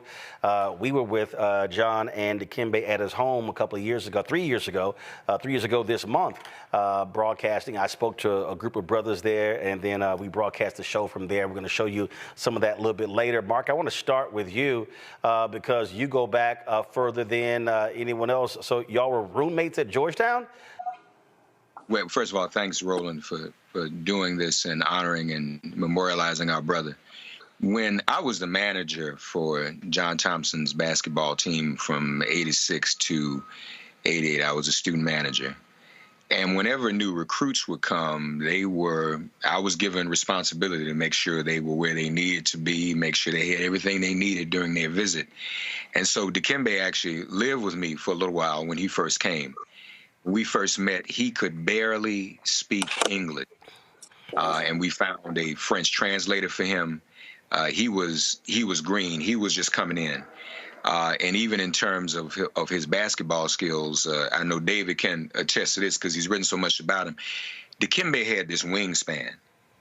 And even though he was still learning about the game and it was still getting his coordination straight, coach would put him in practice, put him in the game, and he could just stretch out his arms and alter a game. He just got in the way, and he got in the way in a good way. And had that influence. Of course, because of our relationship from the very beginning, we were very close when he came to Georgetown and remained friends ever since. We all have been praying for him. We knew about the illness, but did not know really how much it was progressing. And so all of us were shocked this morning to know that it had taken a turn, that he had passed away. Needless to say, as you've already covered on the show, a tremendous humanitarian. But all of us, and I know David knows this as well, all of us who came under Big John were like his sons. And so, you know, Dikembe was our brother. We just buried Anthony Allen from Texas, who played for Georgetown Friday. Tomorrow we'll say goodbye and bury Coach Thompson's first and only sports medical director, Lori Michael. And now to lose Dikembe, the Georgetown family is in a great deal of mourning. But our brother, no pun intended, was a giant. He was a giant on the court, a giant home to Africa. All he did for the continent, all he did for his people and his community. And he will be missed greatly. And a lot of us, as you can imagine, I talked to Patrick this morning, we're all taking this very, very hard. First of all, how big was y'all damn room? Well, the rooms were big enough for the big guys. So it was plenty of room for me. You know, I could fit on one of the beds, even when the big men couldn't. But, you know, there were usually 3 or 4 of us to an apartment. And that's what we had. And, you know, those were the days, you know, when it was still, they didn't have all the niceties that a lot of us have today, a lot of kids have today.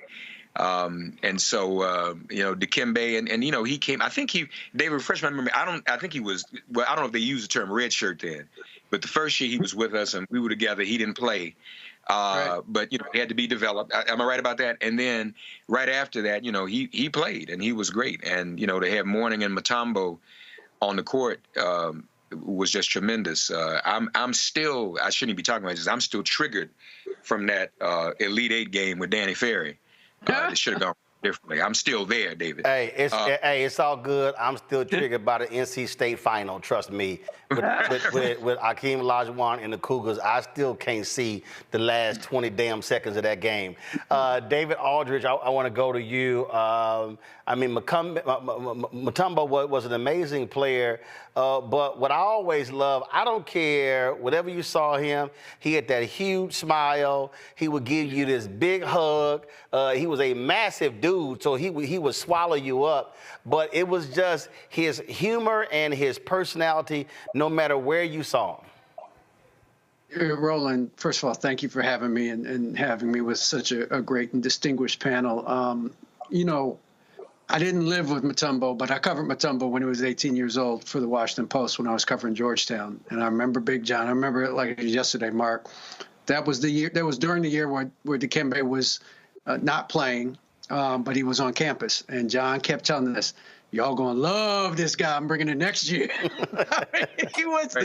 He just knew that Dikembe had this incredible personality, and it was something, man. And he did from the second we started talking. Had that deep, garrulous voice. I mean, just big voice, big voice, and big laugh. And what I loved about it, Roland, is that, he had a grace about him, even though he was 7'2", 265. He had incredible, nimble feet. He played soccer when he was a young man, when he was younger, when he was a kid, and he never lost that footwork. And so he could cover ground so quickly to block shots and challenge shots. He was just an amazing athlete. And as everyone has mentioned, what he did off the court towers over what he did on the court. Just the things that he did, even down to, when he started his coffee business a couple of years ago. Mm-hmm. And a lot of the proceeds from the sale of his coffees went to women farmers in Africa and in Latin America. So he was always giving back and always trying to uplift other people. He was an amazing guy.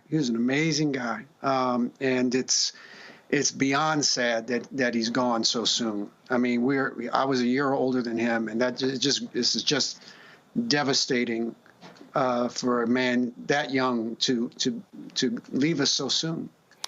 3 years ago, we go to Atlanta, and this group of black men, distinguished black men in Atlanta, they've been trying to get me to come there. I was invited by John Hope Bryant and Tommy Dortch. We finally made it happen in September 2021. They actually happened to be meeting at Dikembe's home. And we did the show from there as well. John Hope Bryant joins us right now. And John, this group of brothers, y'all meet monthly, and, this is a group of serious brothers, business individuals. And Dikembe was someone, yes, Hall of Famer, yes, athletic star, but he had a focus and intensity when it came to business and doing things for our people, not only here in the United States, but for the African diaspora. Yeah, thank you, Roland, for doing this. By the way, this underscores the power and importance of your network and your platform. There's been news reports all around the country, and I'm sure around the world, about his passing, but very few entities would take the time to do this kind of a proper and appropriate tribute for him. I just want to underscore how important your platform is, particularly at times like this.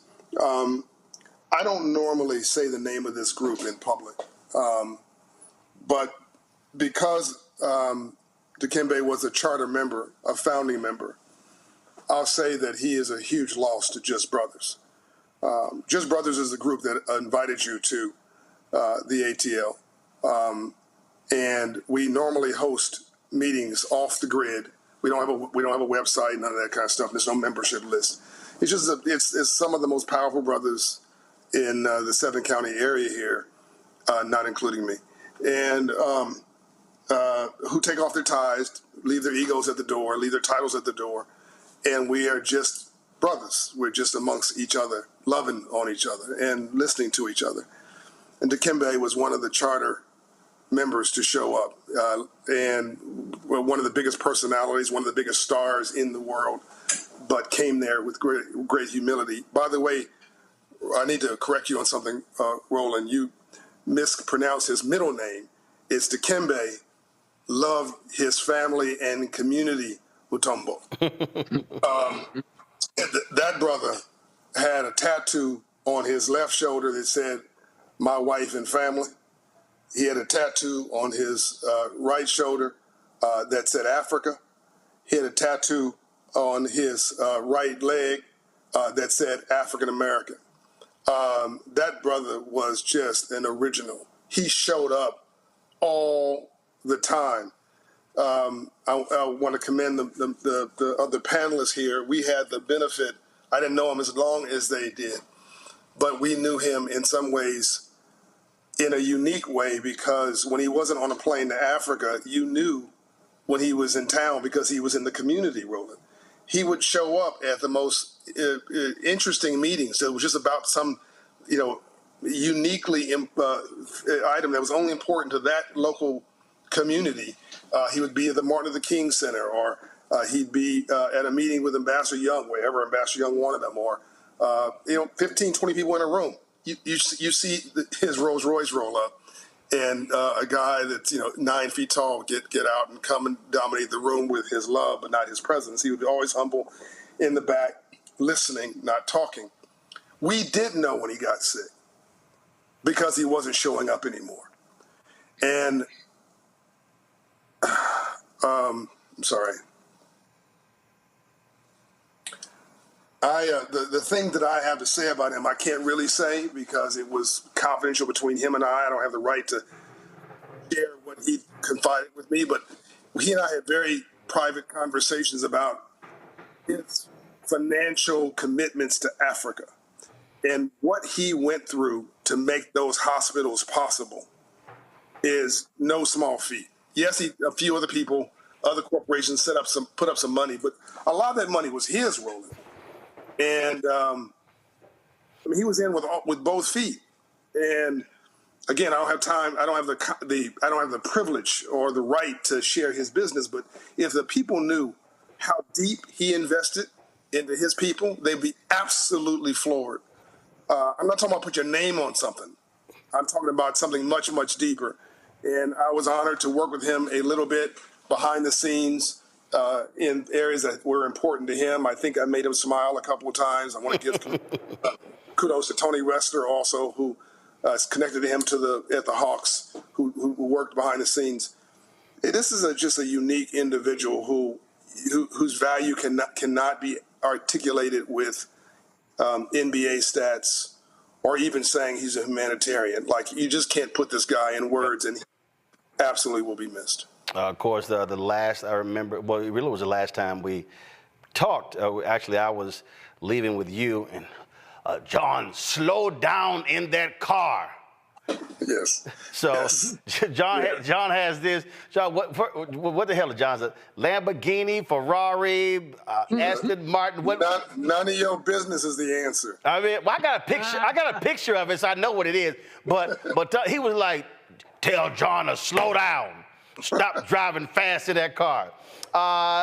Before I go to Mark Spears, longtime NBA writer, y'all hold on. I was at the Botswana Embassy today, where they were celebrating the 58th Independence Day, and the Dean of African Ambassadors is actually the ambassador to the United States from the Congo, and so he wasn't aware when we talked. Dikembe had passed, and he did take some time to share this for our audience. So here's this exclusive interview right here. All right, Mr. Ambassador, just want to get your thoughts on the passing of one of your greatest citizens, Congolese American, Dikembe Mutombo. I'm very deeply sad and saddened by this terrible news because I knew Dikembe personally. We used to meet very often, he was a man of a very good heart, helping people in health on a health issue, and helping people also to have access to the United States to use their talent. There are examples that I can quote. There are so many, but I can just tell you that this is a great loss, not only for America, history in basketball, but also for Africa.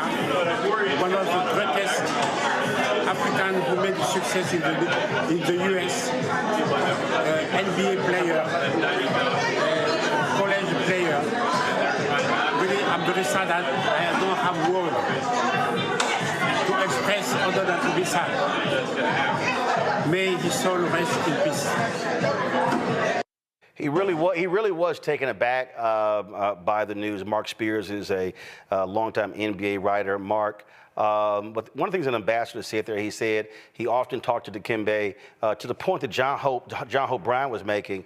The things that he did, of course, his mother passed away, couldn't get to a hospital, and there in the Congo, Dikembe ends up building a hospital in the Congo. I saw a number of NBA players, many of them that actually have come from Africa, talking about just what he meant. We're going to play in a little bit just the emotional response from the Toronto Raptors vice president as well. And so, I mean, Dikembe was a central figure, and even Adam Silver and Mark Tatum talked about just how crucial he was to the development of NBA Africa and basketball on the continent and around the world. Yeah, Dikembe on the court was a giant. Off the court, he was a gentle giant. And every time you got to be in his presence, it was like a lit up room in the brightest of rooms. He just brought so much energy, so much power, personality, such a big presence, such a smile. And never once did I feel like I knew I was in amongst somebody special, but he never made you feel like you were lower than him. At 7'2", he made you feel like you were just as tall as him every time you saw him. And in 2022, I just happened to be on a connecting flight to the Basketball Africa League in Dakar, Senegal. And me and Dikembe ended up seeing him in the lounge together. And he's like, "Mark, come sit by me. Come sit by me." So I sat by him before we got on this flight, and we're standing at the gate. Everybody wanted a picture. Everybody wanted to do the finger wave video. Everybody wanted a hug. And he obliged everybody. Yeah. There was no ego. There was no, I ain't got time for this. Okay, one more. No, and the only person I ever saw like that was Muhammad Ali.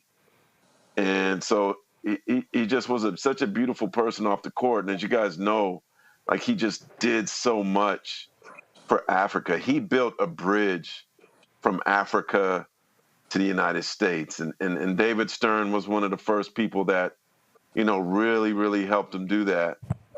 Came back with him, met, with the biggest of African dignitaries, right? And as you said, he built the house. Built the hospital. He built the school.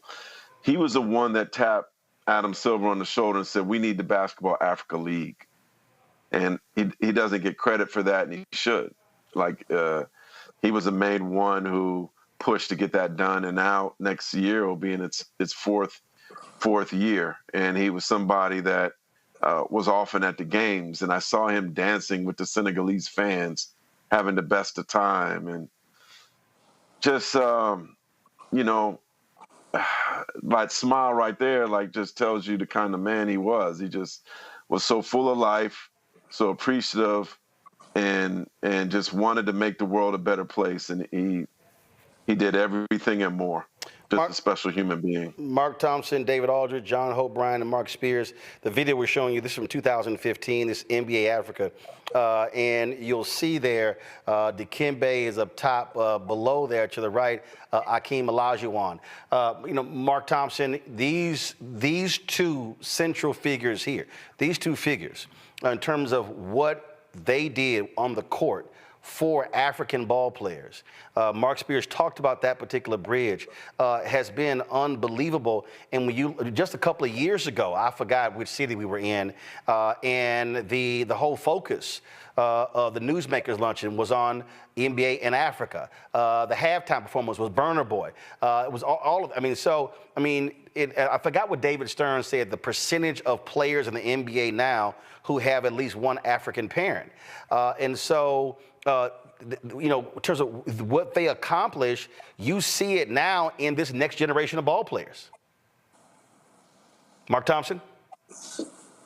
You can see it, and not only that, what Hakeem and Dikembe did, and really what the NBA was doing at that time. It began in college with them going to college. Big John, Coach Thompson made a big deal about recruiting from Africa. He had a mission in doing that, and he wanted us all as black men to be connected to our motherland. Now, as widespread as people from all over the world now who are stars in the NBA, remember this, it began in Africa. It began in Africa for a number of reasons, obviously. These were some incredible talents that were in Africa. But what Dikembe did was bring an unparalleled level. Not that, Hakeem did a lot too, but Dikembe brought an unparalleled level of humanitarianism to us as a people, to the NBA. He showed what a superstar could do in the tradition of a Muhammad Ali. He showed what one could do for one, and really pricked our consciousness in the sense of Africa's our home. That's where we're from. And some of us didn't know that then. Some of us still have a hard time accepting that. And he always had, as Du Bois said, 1 foot here and 1 foot on the continent.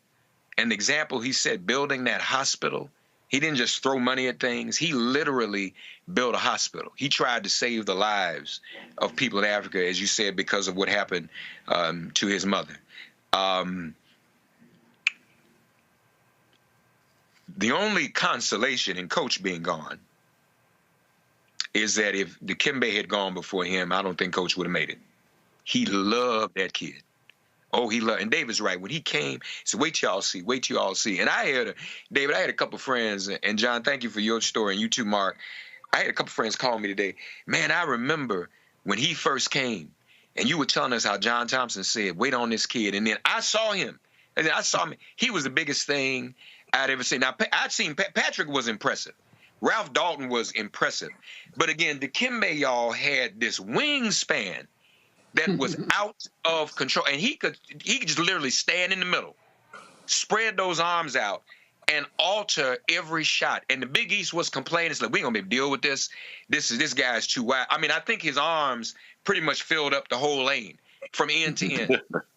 And you didn't know what to do with it. Nobody knew what you do, dribble around it. What do you do with it? What can you possibly do with it? Not to mention the great shot blocker that he was. And as you all know, that changed Georgetown, the Big East, changed college basketball. And Dikembe was a major, major part of that continuum, and also established what we see now, the legacy, as you said, of so many young men in the NBA who have an African parent, not to mention all those who are from Europe. It started with Africa. All you European ball players coming over here, remember, it started with Africa.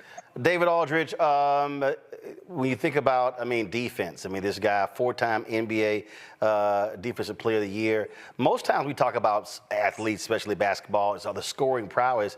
But here was somebody who actually changed the game on the defensive side of the ball. Yeah. Yeah, I remember very vividly because, Big John, as Mark knows, revered Bill Russell. And so he would pour Bill Russell's career into Dikembe and say, you should be like Bill Russell. And I remember Dikembe saying, If I want to have the 11 rings on the 10 fingers, like Mr. Russell, I have to play defense. And so that was there from the beginning with him at Georgetown. And again, it speaks to an era of basketball that I miss greatly, Roland, which is an era which big men were valued for everything that they could do, not just shooting three-pointers. Come on now. They were valued for their rebounding and for their defense, their ability to change games. Hey, David, you love this. So when I played that clip, y'all, hold up, go back to it. So they fed Olajuwon the ball. And I don't know how old Olajuwon is. Mind you, this was 2015, 9 years ago. So I think Olajuwon is like in his 61 or something like that. And so there's a moment in this video they feed Olajuwon the ball, and he does a spin, drop step, spin to the center, fade away, jump in, nails it. I was like, damn, I missed that NBA. So yeah, when I saw the clip, I was like, I know exactly what you're talking about, because I grew up with Moses Malone and Olajuwon in Houston. So yeah, I like a big man keeping his ass under the basket. Well, it's Roland, even more than, I mean, I love the style of play back then, but there was a value, and I revere the league, and so I remember and try to get other people to remember. The league survived because of the big men. The league survived because of Chamberlain and Russell. The league survived because of Wes Unseld and Willis Reed and all of the great big men, and Luke Jackson and all the great big men of the 60s and 70s. And I know that the game has to evolve. I understand that. But people need to pay their respects to the big men that saved it, including Moses, who was right there with it as well. Respect has to be paid to those men in the way that they played the game. They played through pain. They played through not getting paid very much. They played through discrimination and racism, and they need to be honored. Yep. And so someone like Dikembe was a great steward of that tradition. And Olajuwon was the first and the most, I would say the most important, because he was the first, right? And he came over and was an incredible, elegant, wonderful, dominant player. But Dikembe did even more, I think, in terms of the globalization of the game. Absolutely. Now you see people like Luol Deng in South Sudan directing those teams, creating teams that are now competing in the Olympics at a high level. And that's a direct result of, like Mark said before, like Spears said before, of Mutombo really pushing for NBA Africa to become not just a name, but something that the league funded, that the league paid attention to and gave resources to. It's very important. Mark Thompson, we appreciate you being able to join us. I know you got to go. We appreciate it. Thank you so very much. I'm going to go to Mark Spears and John Hope Bryant. Mark, I was just reading a story a few months ago with what's happened with the NBA in Rwanda, the building of a court, the building of arena there. When you just think about, again, and I don't think a lot of people just really understand how the game, what Dave was just talking about, South Sudan, the amazing performance in the Olympics, and Luol Deng, what he's doing. I mean, you now have a lot of these guys on the continent. Yeah, they grew up playing soccer, but they're now saying, man, put that basketball in my hand, as opposed to a Dikembe and a Hakeem not playing the game till they were like 18 years old. I mean, and he traveled that continent. And he was also bringing, and that's what I want to do with John as well, Mark, he was bringing business folk to also understand, don't just look to the motherland from a sports perspective, as an economic perspective as well. And I think that was also huge. Mark, then John. Well, Roland, I'm a switch gears here, man. David, you're going to laugh at this. The best story Dikembe ever told me, and Roland, you're an Africa historian, so maybe you could fill in some of the gaps here. I think when we were waiting for that flight, or when we were on the plane, Dikembe tells him a story about his father passed. And after his father passed, there was a civil war going on. So they had, in the Republic of Congo, so they had a really hard time trying to figure out how to do a funeral for this father. So he and David Stern, as David knows, DA knows this, they were like father and son, really, really close. Like Mutombo adored him. David adored Mutombo, and they did so many great things in Africa together. But Dikembe told me he called David Stern, told him about this issue, about his father's funeral. And he said David Stern called all his connects in Africa and in Congo and was able to orchestrate a ceasefire of this civil war to allow this funeral to take place. And in the midst of this, he said he was able to get a boat to his brother during this ceasefire, and his brother had to go to this location, get on the boat, go across this river, get to the other side of the river where a car was going to be waiting for him to take him to said funeral. And then after the funeral was over, take him back to that location, get him back on the boat. And once he was able to get back on the boat and go back home and get back home, then the Civil War was to start again.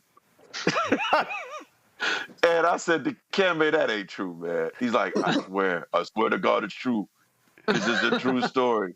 This is a true story. Like he told, like, this sounds like an outlandish story to me, but knowing the people that David Stern knew and the people that Dikembe knew, like, I believe it. Like, I don't know if you knew much about that Civil War going on in the Congo, but apparently David Stern had the connects to get Dikembe a ceasefire so he could conduct his father's funeral. But Dikembe didn't make it. They said it was too dangerous, but at least David Stern was able to get his funeral to happen. When you got the hookup, you got the hookup. That's a hell of a hookup. That's a hell of a hookup. John Hope Brown, we talk about hookup. Again, I was talking about that business piece. He was as adamant about people investing in Africa. Africa has 6 of the 10 fastest growing economies. It's the youngest continent. And Dikembe understood the huge future potential, the potential of the motherland. And he was all about how do you advance economically so Africans can be able to take care of themselves and grow and invest in their countries. Yes, and I wonder, Roland, also whether I have no reason to say this. I'm just putting the pieces together. Think about the last times we met and what we talked about and his urgency in his voice. I wonder if he knew he was sick. I don't. I mean, he didn't look at all. I think other than completely fit, but he was in an absolute rush. I mean, you know me. I'm in a hurry about everything. He was absolutely committed to making an investment in Africa. This particular investment. And I actually had recommended against it. It's, you can do it this way, you can do it that way. And no, John, I'm doing it now. And just, help me think through this, which we did together. This was maybe a year and a half before he got sick. Roland, I'm not sure we're going to see another one like this. First of all, I know a lot of NBA guys. He's the only guy I disappeared into when I shook his hand. I shook his hand. His hand engulfed me, and then when he hugged you, there wasn't 2 people there anymore, which is 1, because he was just huge. But he really didn't want you to be uncomfortable. So after that, he would back off, and he was trying to make it not obvious that you were looking like this in the conversation. I'm not sure you're going to see another one like this, Roland. I mean, think about somebody. I mean, everybody in the NBA or professional sports or the arts who became a billionaire, they did it because they partnered with corporate. But corporate was funding them. This guy was bringing corporate to Africa. This guy was using his check and then asking other people to sort of maybe match his check. But he wasn't waiting for anybody. And let me. And by the way, this morning I want to give Mayor Andre Dickens his due. I was at a meeting this morning with Mayor Dickens here in Atlanta. And it was on a number of things, his youth initiatives and the fires that's happening here in Atlanta, the biofire. But he stopped everything to say, John, do you know that our brother passed? I mean, he stopped the entire official meeting to pay respect to Dikembe. His influence is unparalleled and unmatched. I want, Roland, just very quickly to be very specific about his legacy. When I say it's unique in the world, founded the Dikembe Mutombo Foundation in 1997, funded it, created the Biamba Marie Mutombo Hospital in 2007 in honor of his mother in Kinshasa. The hospital provides to this day health care to thousands of people who otherwise might not have access to proper medical facilities and with no medical insurance. Received, amongst other humanitarian awards, Roland, the NBA's J. Walter Kennedy Citizenship Award, the U.S. President's Presidential Service Award. He was a UNICEF ambassador. Thank God the other brothers mentioned this, but I want to underscore this. He's the reason that NBA is in Africa. He was the NBA Global Ambassador for Africa. He was the ambassador for Basketball Without Borders. He was the guy that got the NBA Africa started and ultimately Basketball Africa League, BAL. He was an advocate for African talent, bringing literally the talent we see here in Africa from Africa on these teams. At least a good portion of that is because he introduced that talent. And it goes on. And then, of course, economic and social development. He did that work through his foundation. So he didn't want to be funded himself. He didn't want to benefit himself. He was trying to facilitate economic development on the continent. And as others have said, he wanted African Americans to realize our connection to the continent. Everybody's from Africa, but certainly African Americans are from Africa. We're all one. And that was his point. That's why he had 1 foot here and 1 foot on the continent. His legacy, my guess, will only get larger as time goes on. I'm sad he won't be here physically to see us salute him. Well, John, you were talking about, in a hurry. This morning, every morning I get a scripture from Pastor Barbara Skinner, and I got James 4 today. Go to my iPad.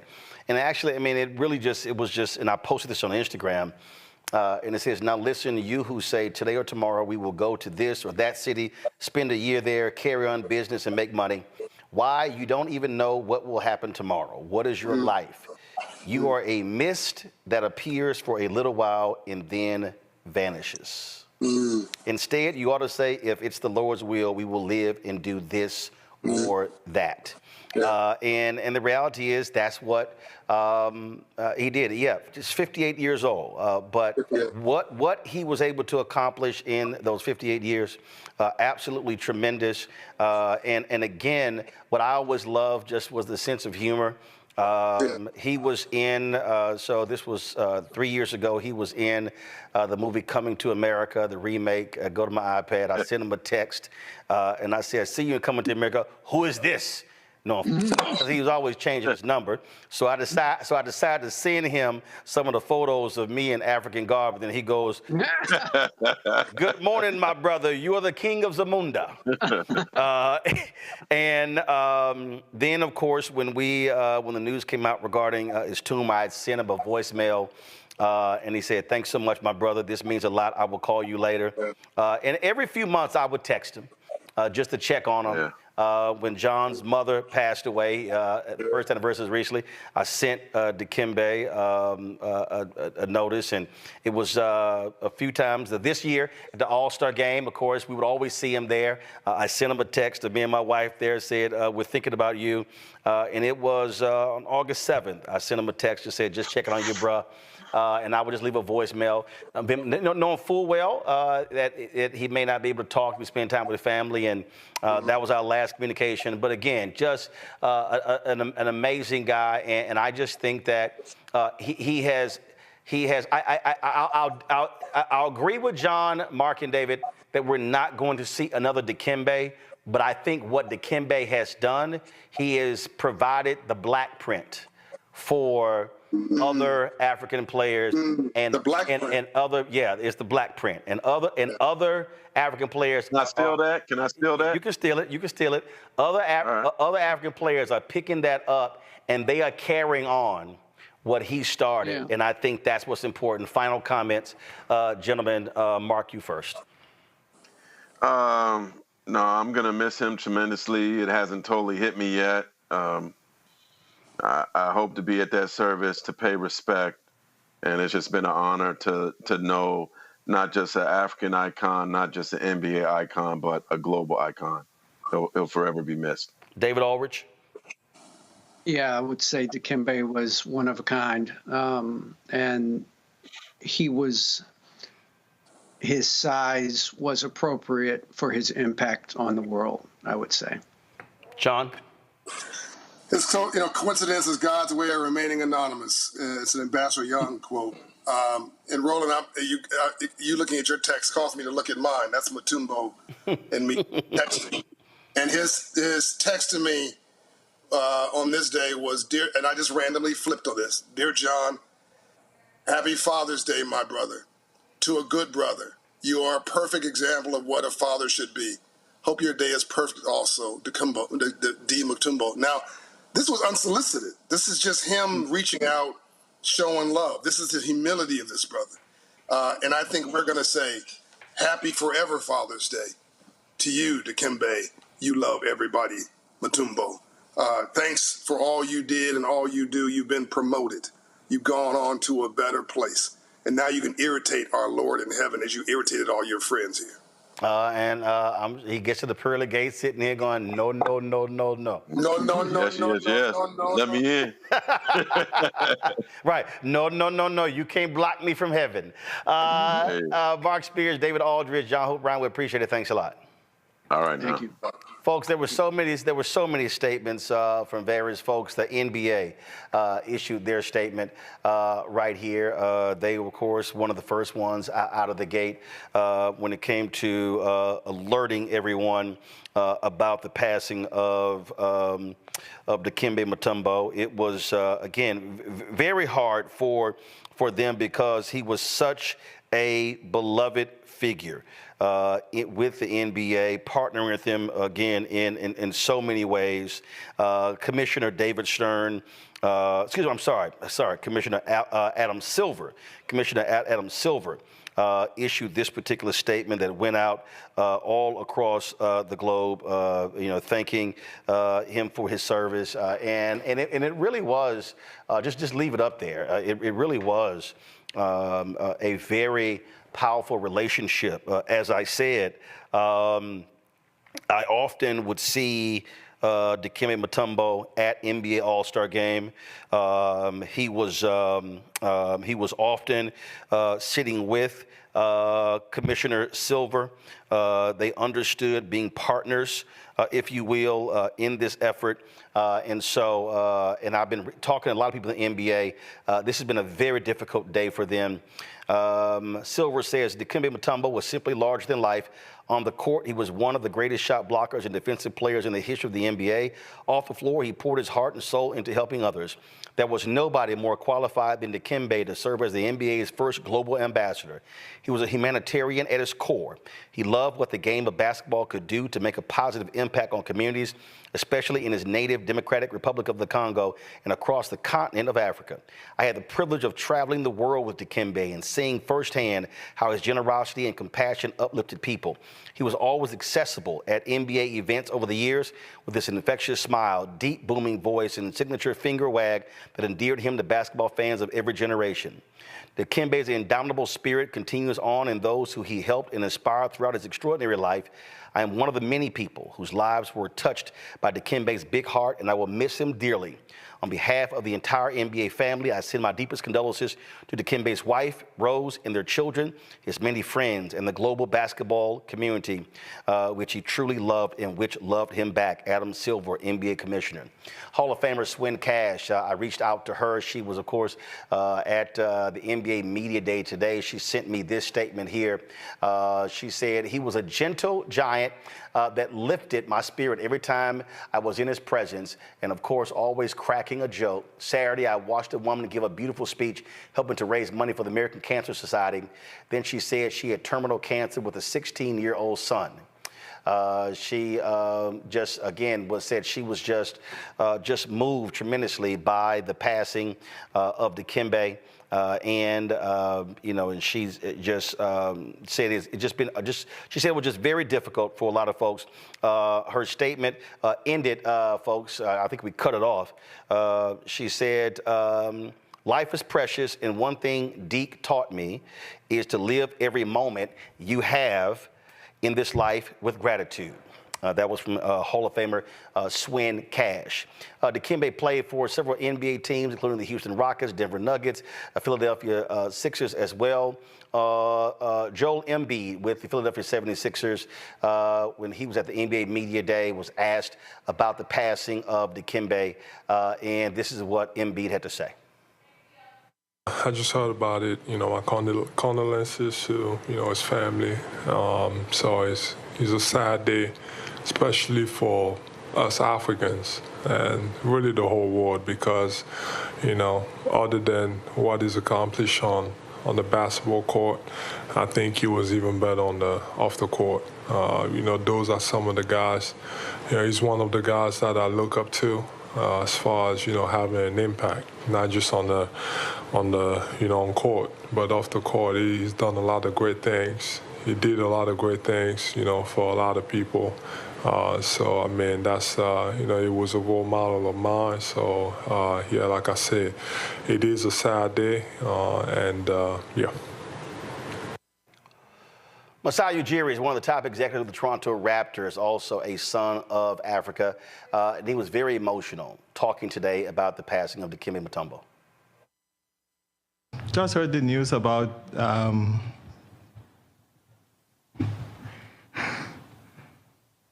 don't know why I'm doing this, but I just heard the news about Dikembe Mutombo, and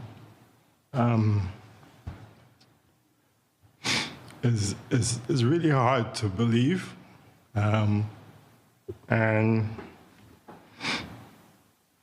yeah, it's hard for us to be without that guy. You have no idea what Dikembe Mutombo meant to me.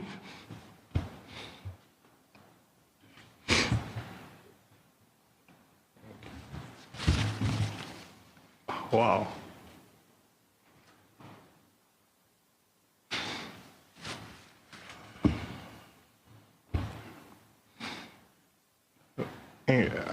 I hate to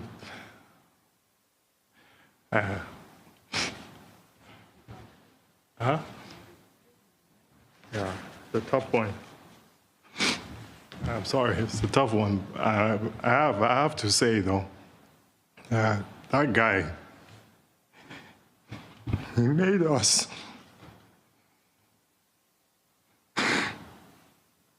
He made us who we are. That guy is a giant, an incredible person. Yeah, who are we without Dikembe Mutombo? Not possible. It really is not. I went to Dikembe Mutombo's hometown with him. I went to his hospital. You have no idea what that guy means to the world. I mean, he's gone. He left us. To Mutombo's family, to Mama Rose, to his kids, there's no words. That guy was the biggest giant that you can ever find, the biggest heart. I know he will rest well, and his family will be fine.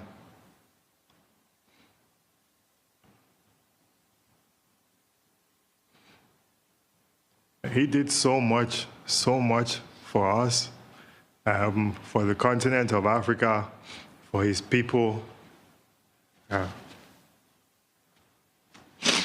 went to Dikembe Mutombo's hospital, and in Dikembe Mutombo's hospital in Kinshasa, you go to that hospital and it doesn't even smell like a hospital. You don't understand that I grew up in hospitals. That's how much pride this guy had. That's how much pride he had in doing good for his people. I built a court with him in Bujumbura, in his village, and spent a lot of time with him there. And what he's brought to youth on the continent, to people on the continent, we cannot even imagine. You cannot even imagine what that guy has done for me in my career. Yeah. He took me by the wings in Denver, and made me grow as a person. And now he's gone. He left us. I treated my family, my kids. I remember in my house. Yeah. But everybody, there's nobody that Mutombo did not touch. Nobody. Everything you see as big as he is, his heart was bigger. Yeah, today is not a good day. Not a good day for sports, for us. For us in Africa, it's not a good day at all. But we'll celebrate him, and we'll celebrate him big. Because he set a path for us that, I don't know many people that can do it.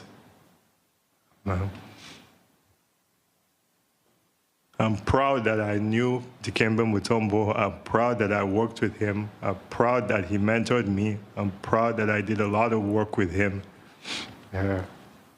Traveled around the continent of Africa. This one hits home.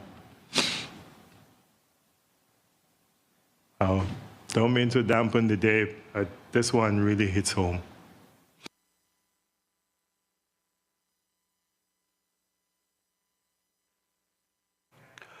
Folks, President Bill Clinton, Secretary Hillary Clinton released a statement as well. Hillary and I are deeply saddened by the passing of our friend Dikembe Mutombo, a legendary basketball player, devoted humanitarian, and profoundly good man. I'll never forget hosting his large family at the White House.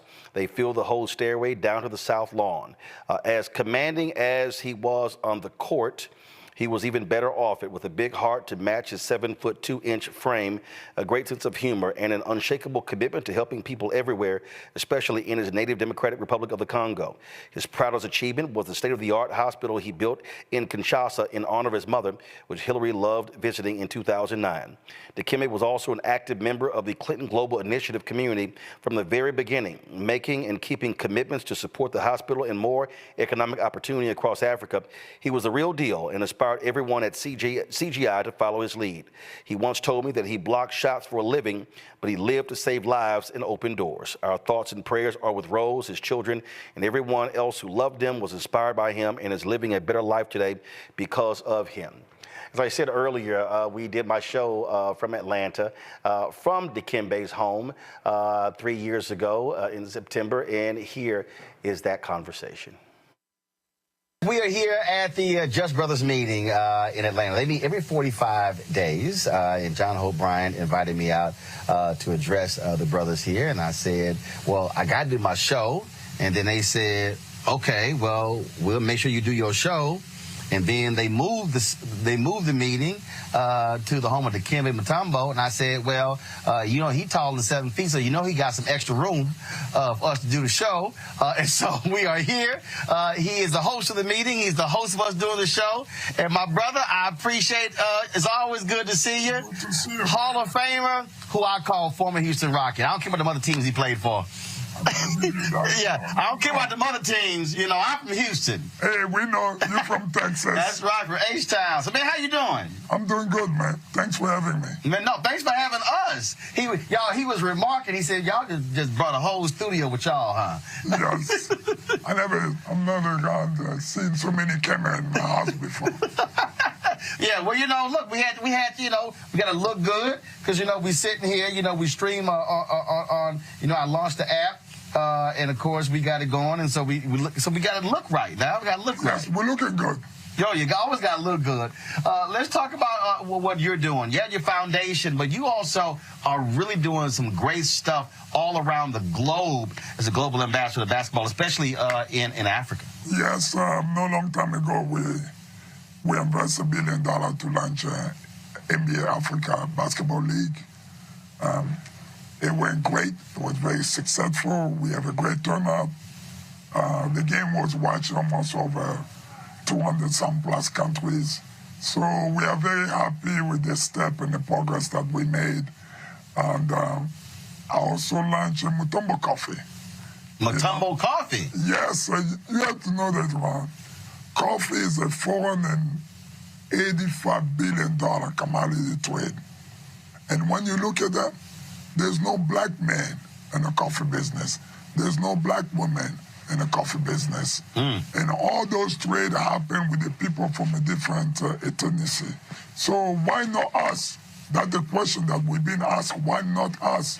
Why we cannot be on the table when you know that almost 75% of the coffee come from Africa. Boom. And there's not an African man in the trading floor where the coffee price have been discussed.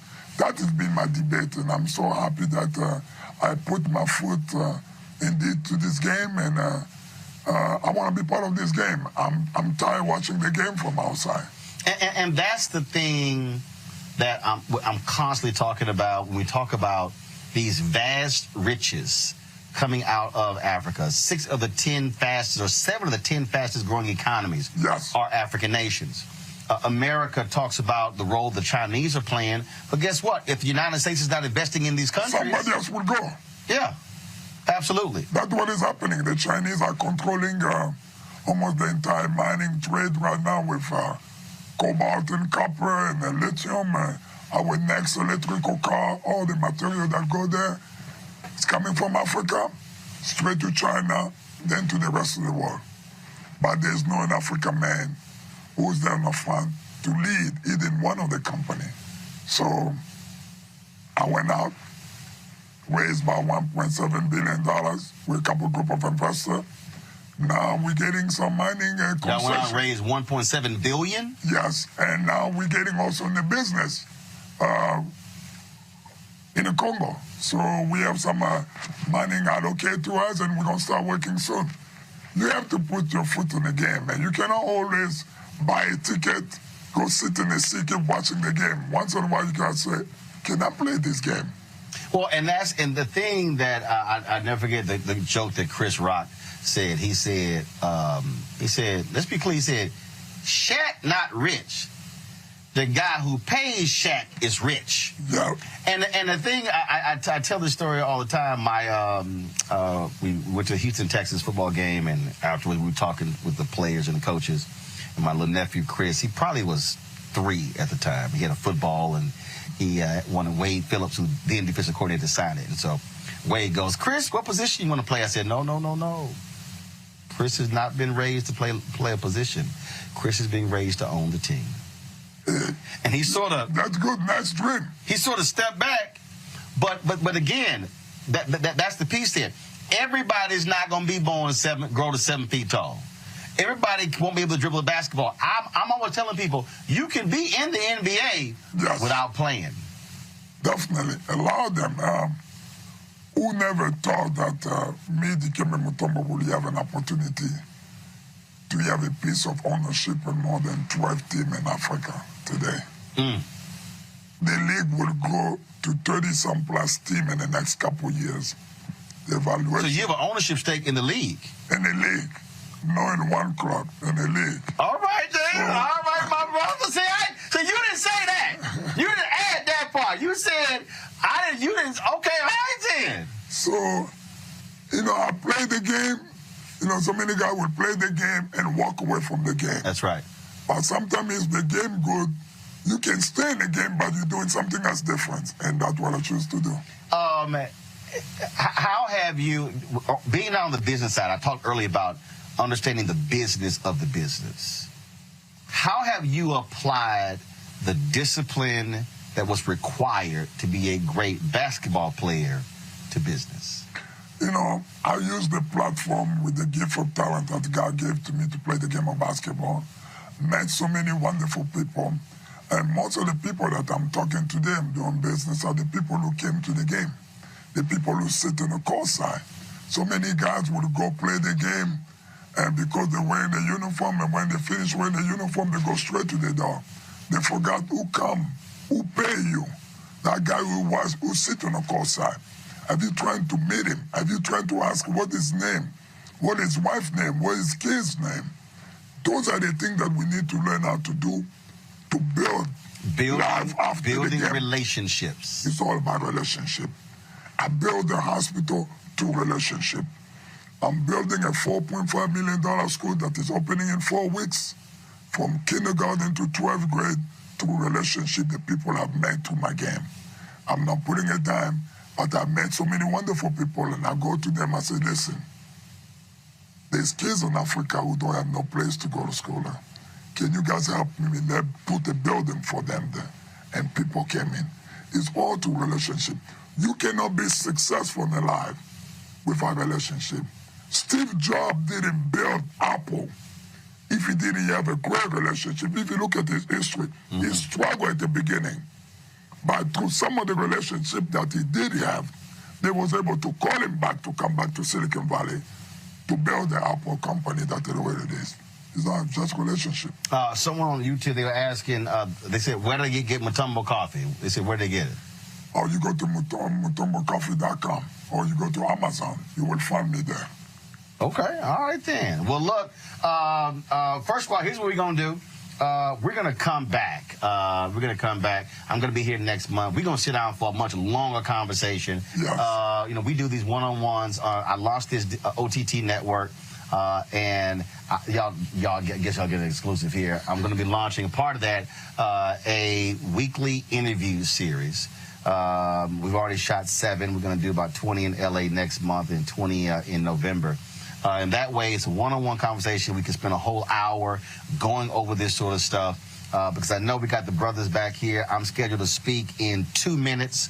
And so I don't want them to be waiting. Because Dikembe, like, man, y'all need to get out of my house at 9 o'clock. But, man, it's always good to see you. Tell the wife I said hello. I will make sure. And we're going to sit down and we're going to have that longer conversation because folks will really get some great stuff out of this. Thank you. I appreciate it. Appreciate it, sir. Appreciate it. I hate the fact that we never got a chance to do that because it was a few months after that when the story came out about his brain cancer diagnosis. His son, Ryan Mutombo, posted this message on Instagram. My dad will forever be my hero, not because of his success, not because of the millions who, over the last 4 decades, have come to know and love him. My dad is my hero because he simply cared. He remains the purest heart I've ever known. At times, I thought of my dad as a superhuman. The child in me would sigh to hear that this was never actually the case. My dad was a regular man who would stop at no lengths to honor the world, its people, and its creator. He loved others with every ounce of his being. That's what made him so accessible. That's what made him real. Dikembe Mutombo was salt and light, and today, on the 30th of September, 2024, he has been called to rest. I love you, Dad. Rest easy.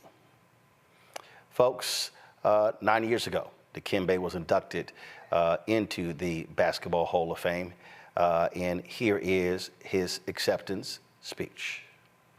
Dikembe to the Hall of Fame are David Stern and John Thompson. Ladies and gentlemen, Dikembe Mutombo.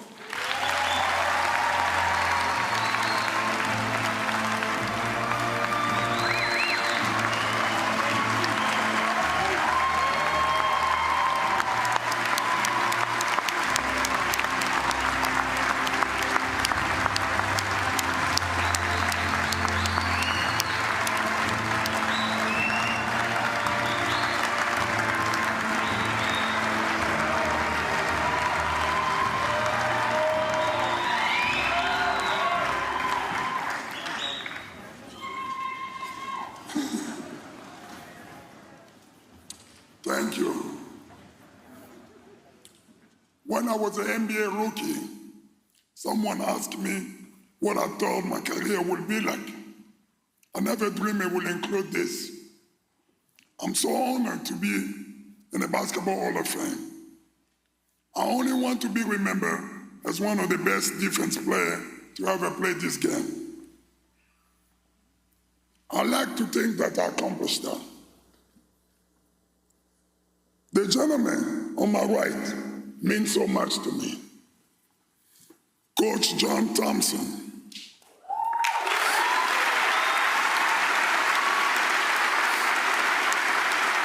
I learned a lot under Coach Thompson.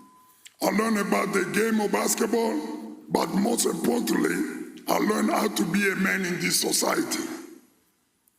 He's really a father figure to all of us who got a chance to play for him at Georgetown University.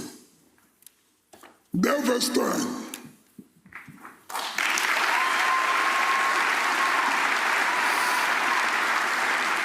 I want to thank David for the NBA global vision of not only growing the game, but the league commitment to improving communities all over around the world. As we call it, NBA Cares. I also want to thank him for the opportunity to carry out my life mission as the NBA first ever global ambassador, which I continue to do under the Commissioner Adam Silver.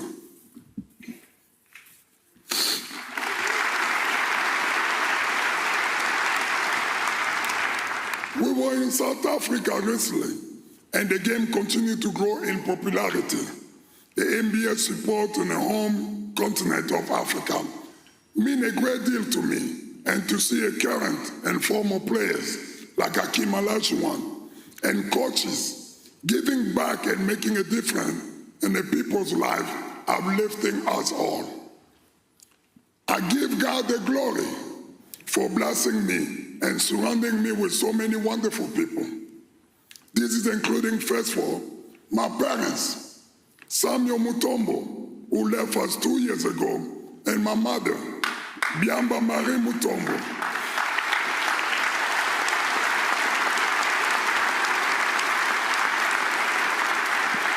Who inspired me to look at the world with love and kindness. I wish they have a chance to see the son becoming Hall of Fame. As you saw in the video, I have worn many uniforms, yet the one constant have been the wonderful coaches and teammates along my NBA journey. From the Denver, I want to thank my former coaches, Paul Westhead, who helped me becoming an all-star in my rookie season, and Dan Issel, who gave us their lifting speech before Game 3 of the 1994 Seattle series that changed the NBA playoff history. Bernie Bickerstaff was the only smart NBA GM who believed in me on the draft day. Thank you.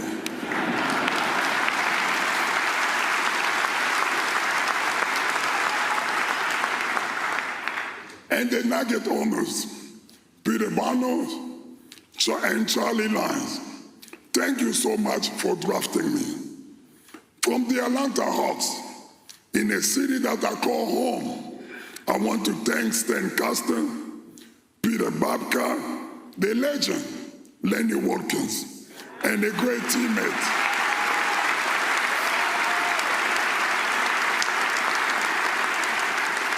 and my great teammate, Steve Smith. In Philadelphia, Larry Brown, LB as we call him, thank you for bringing me to Philadelphia.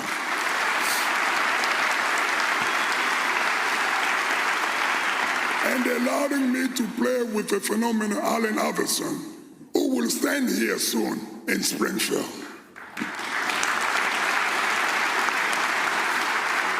In Houston, I want to thank the owner, Mr. Lexi Alexander, and the team president, Ted Brown, for bringing me there and the opportunity to play alongside with Yao Ming, one of my best friends, and Tracy McGrady. The Rockets did a lot for me and the foundation. I could have not get the hospital going without their help and the wonderful people there, like the Lloyd and the Lowell families. Coach Jeff Van Gundy, so that I still have a lot of fire left in me to be productive and be a good mentor for younger players. I want to thank all of my teammates who have helped me along this way. Patrick Ewing, you are such a great brother, friend, and a great leader to me. You took Alonzo Mourning and I under your wing and mentor us from daily workout to a life lesson. I thank you so much, and I love you for being my brother.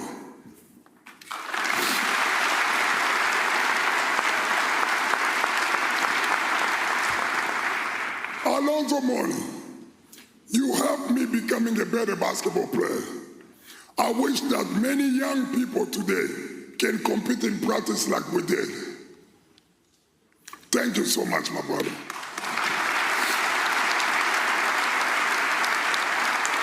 I always thank my oldest brother, Mutombo, for taking me to the basketball court at the age of 17 for the first time when I didn't want to go. Thanks to my cousins, Dr. Lewis and Mimi Kanda, for the love and the support since I arrived in the U.S., and my agent, David Falk, for his great advice.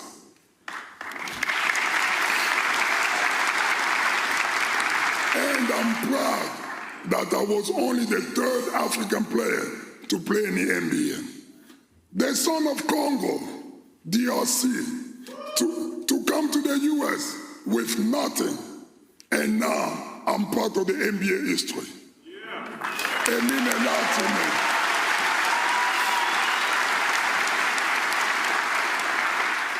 I want to dedicate this honor to my lovely wife, Rose Mutombo,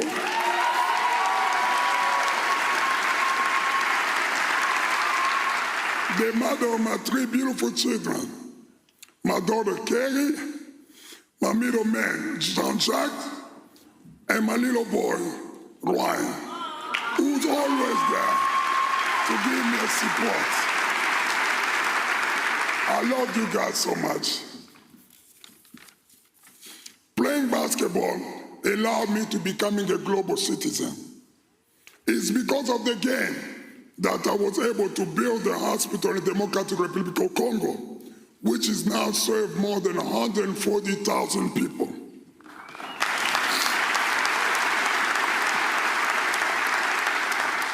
My life mission is to continue to change the living condition of the people in Africa. I might have not won the championship, but I'm a champion to so many people's heart. Thank you so much. God bless you.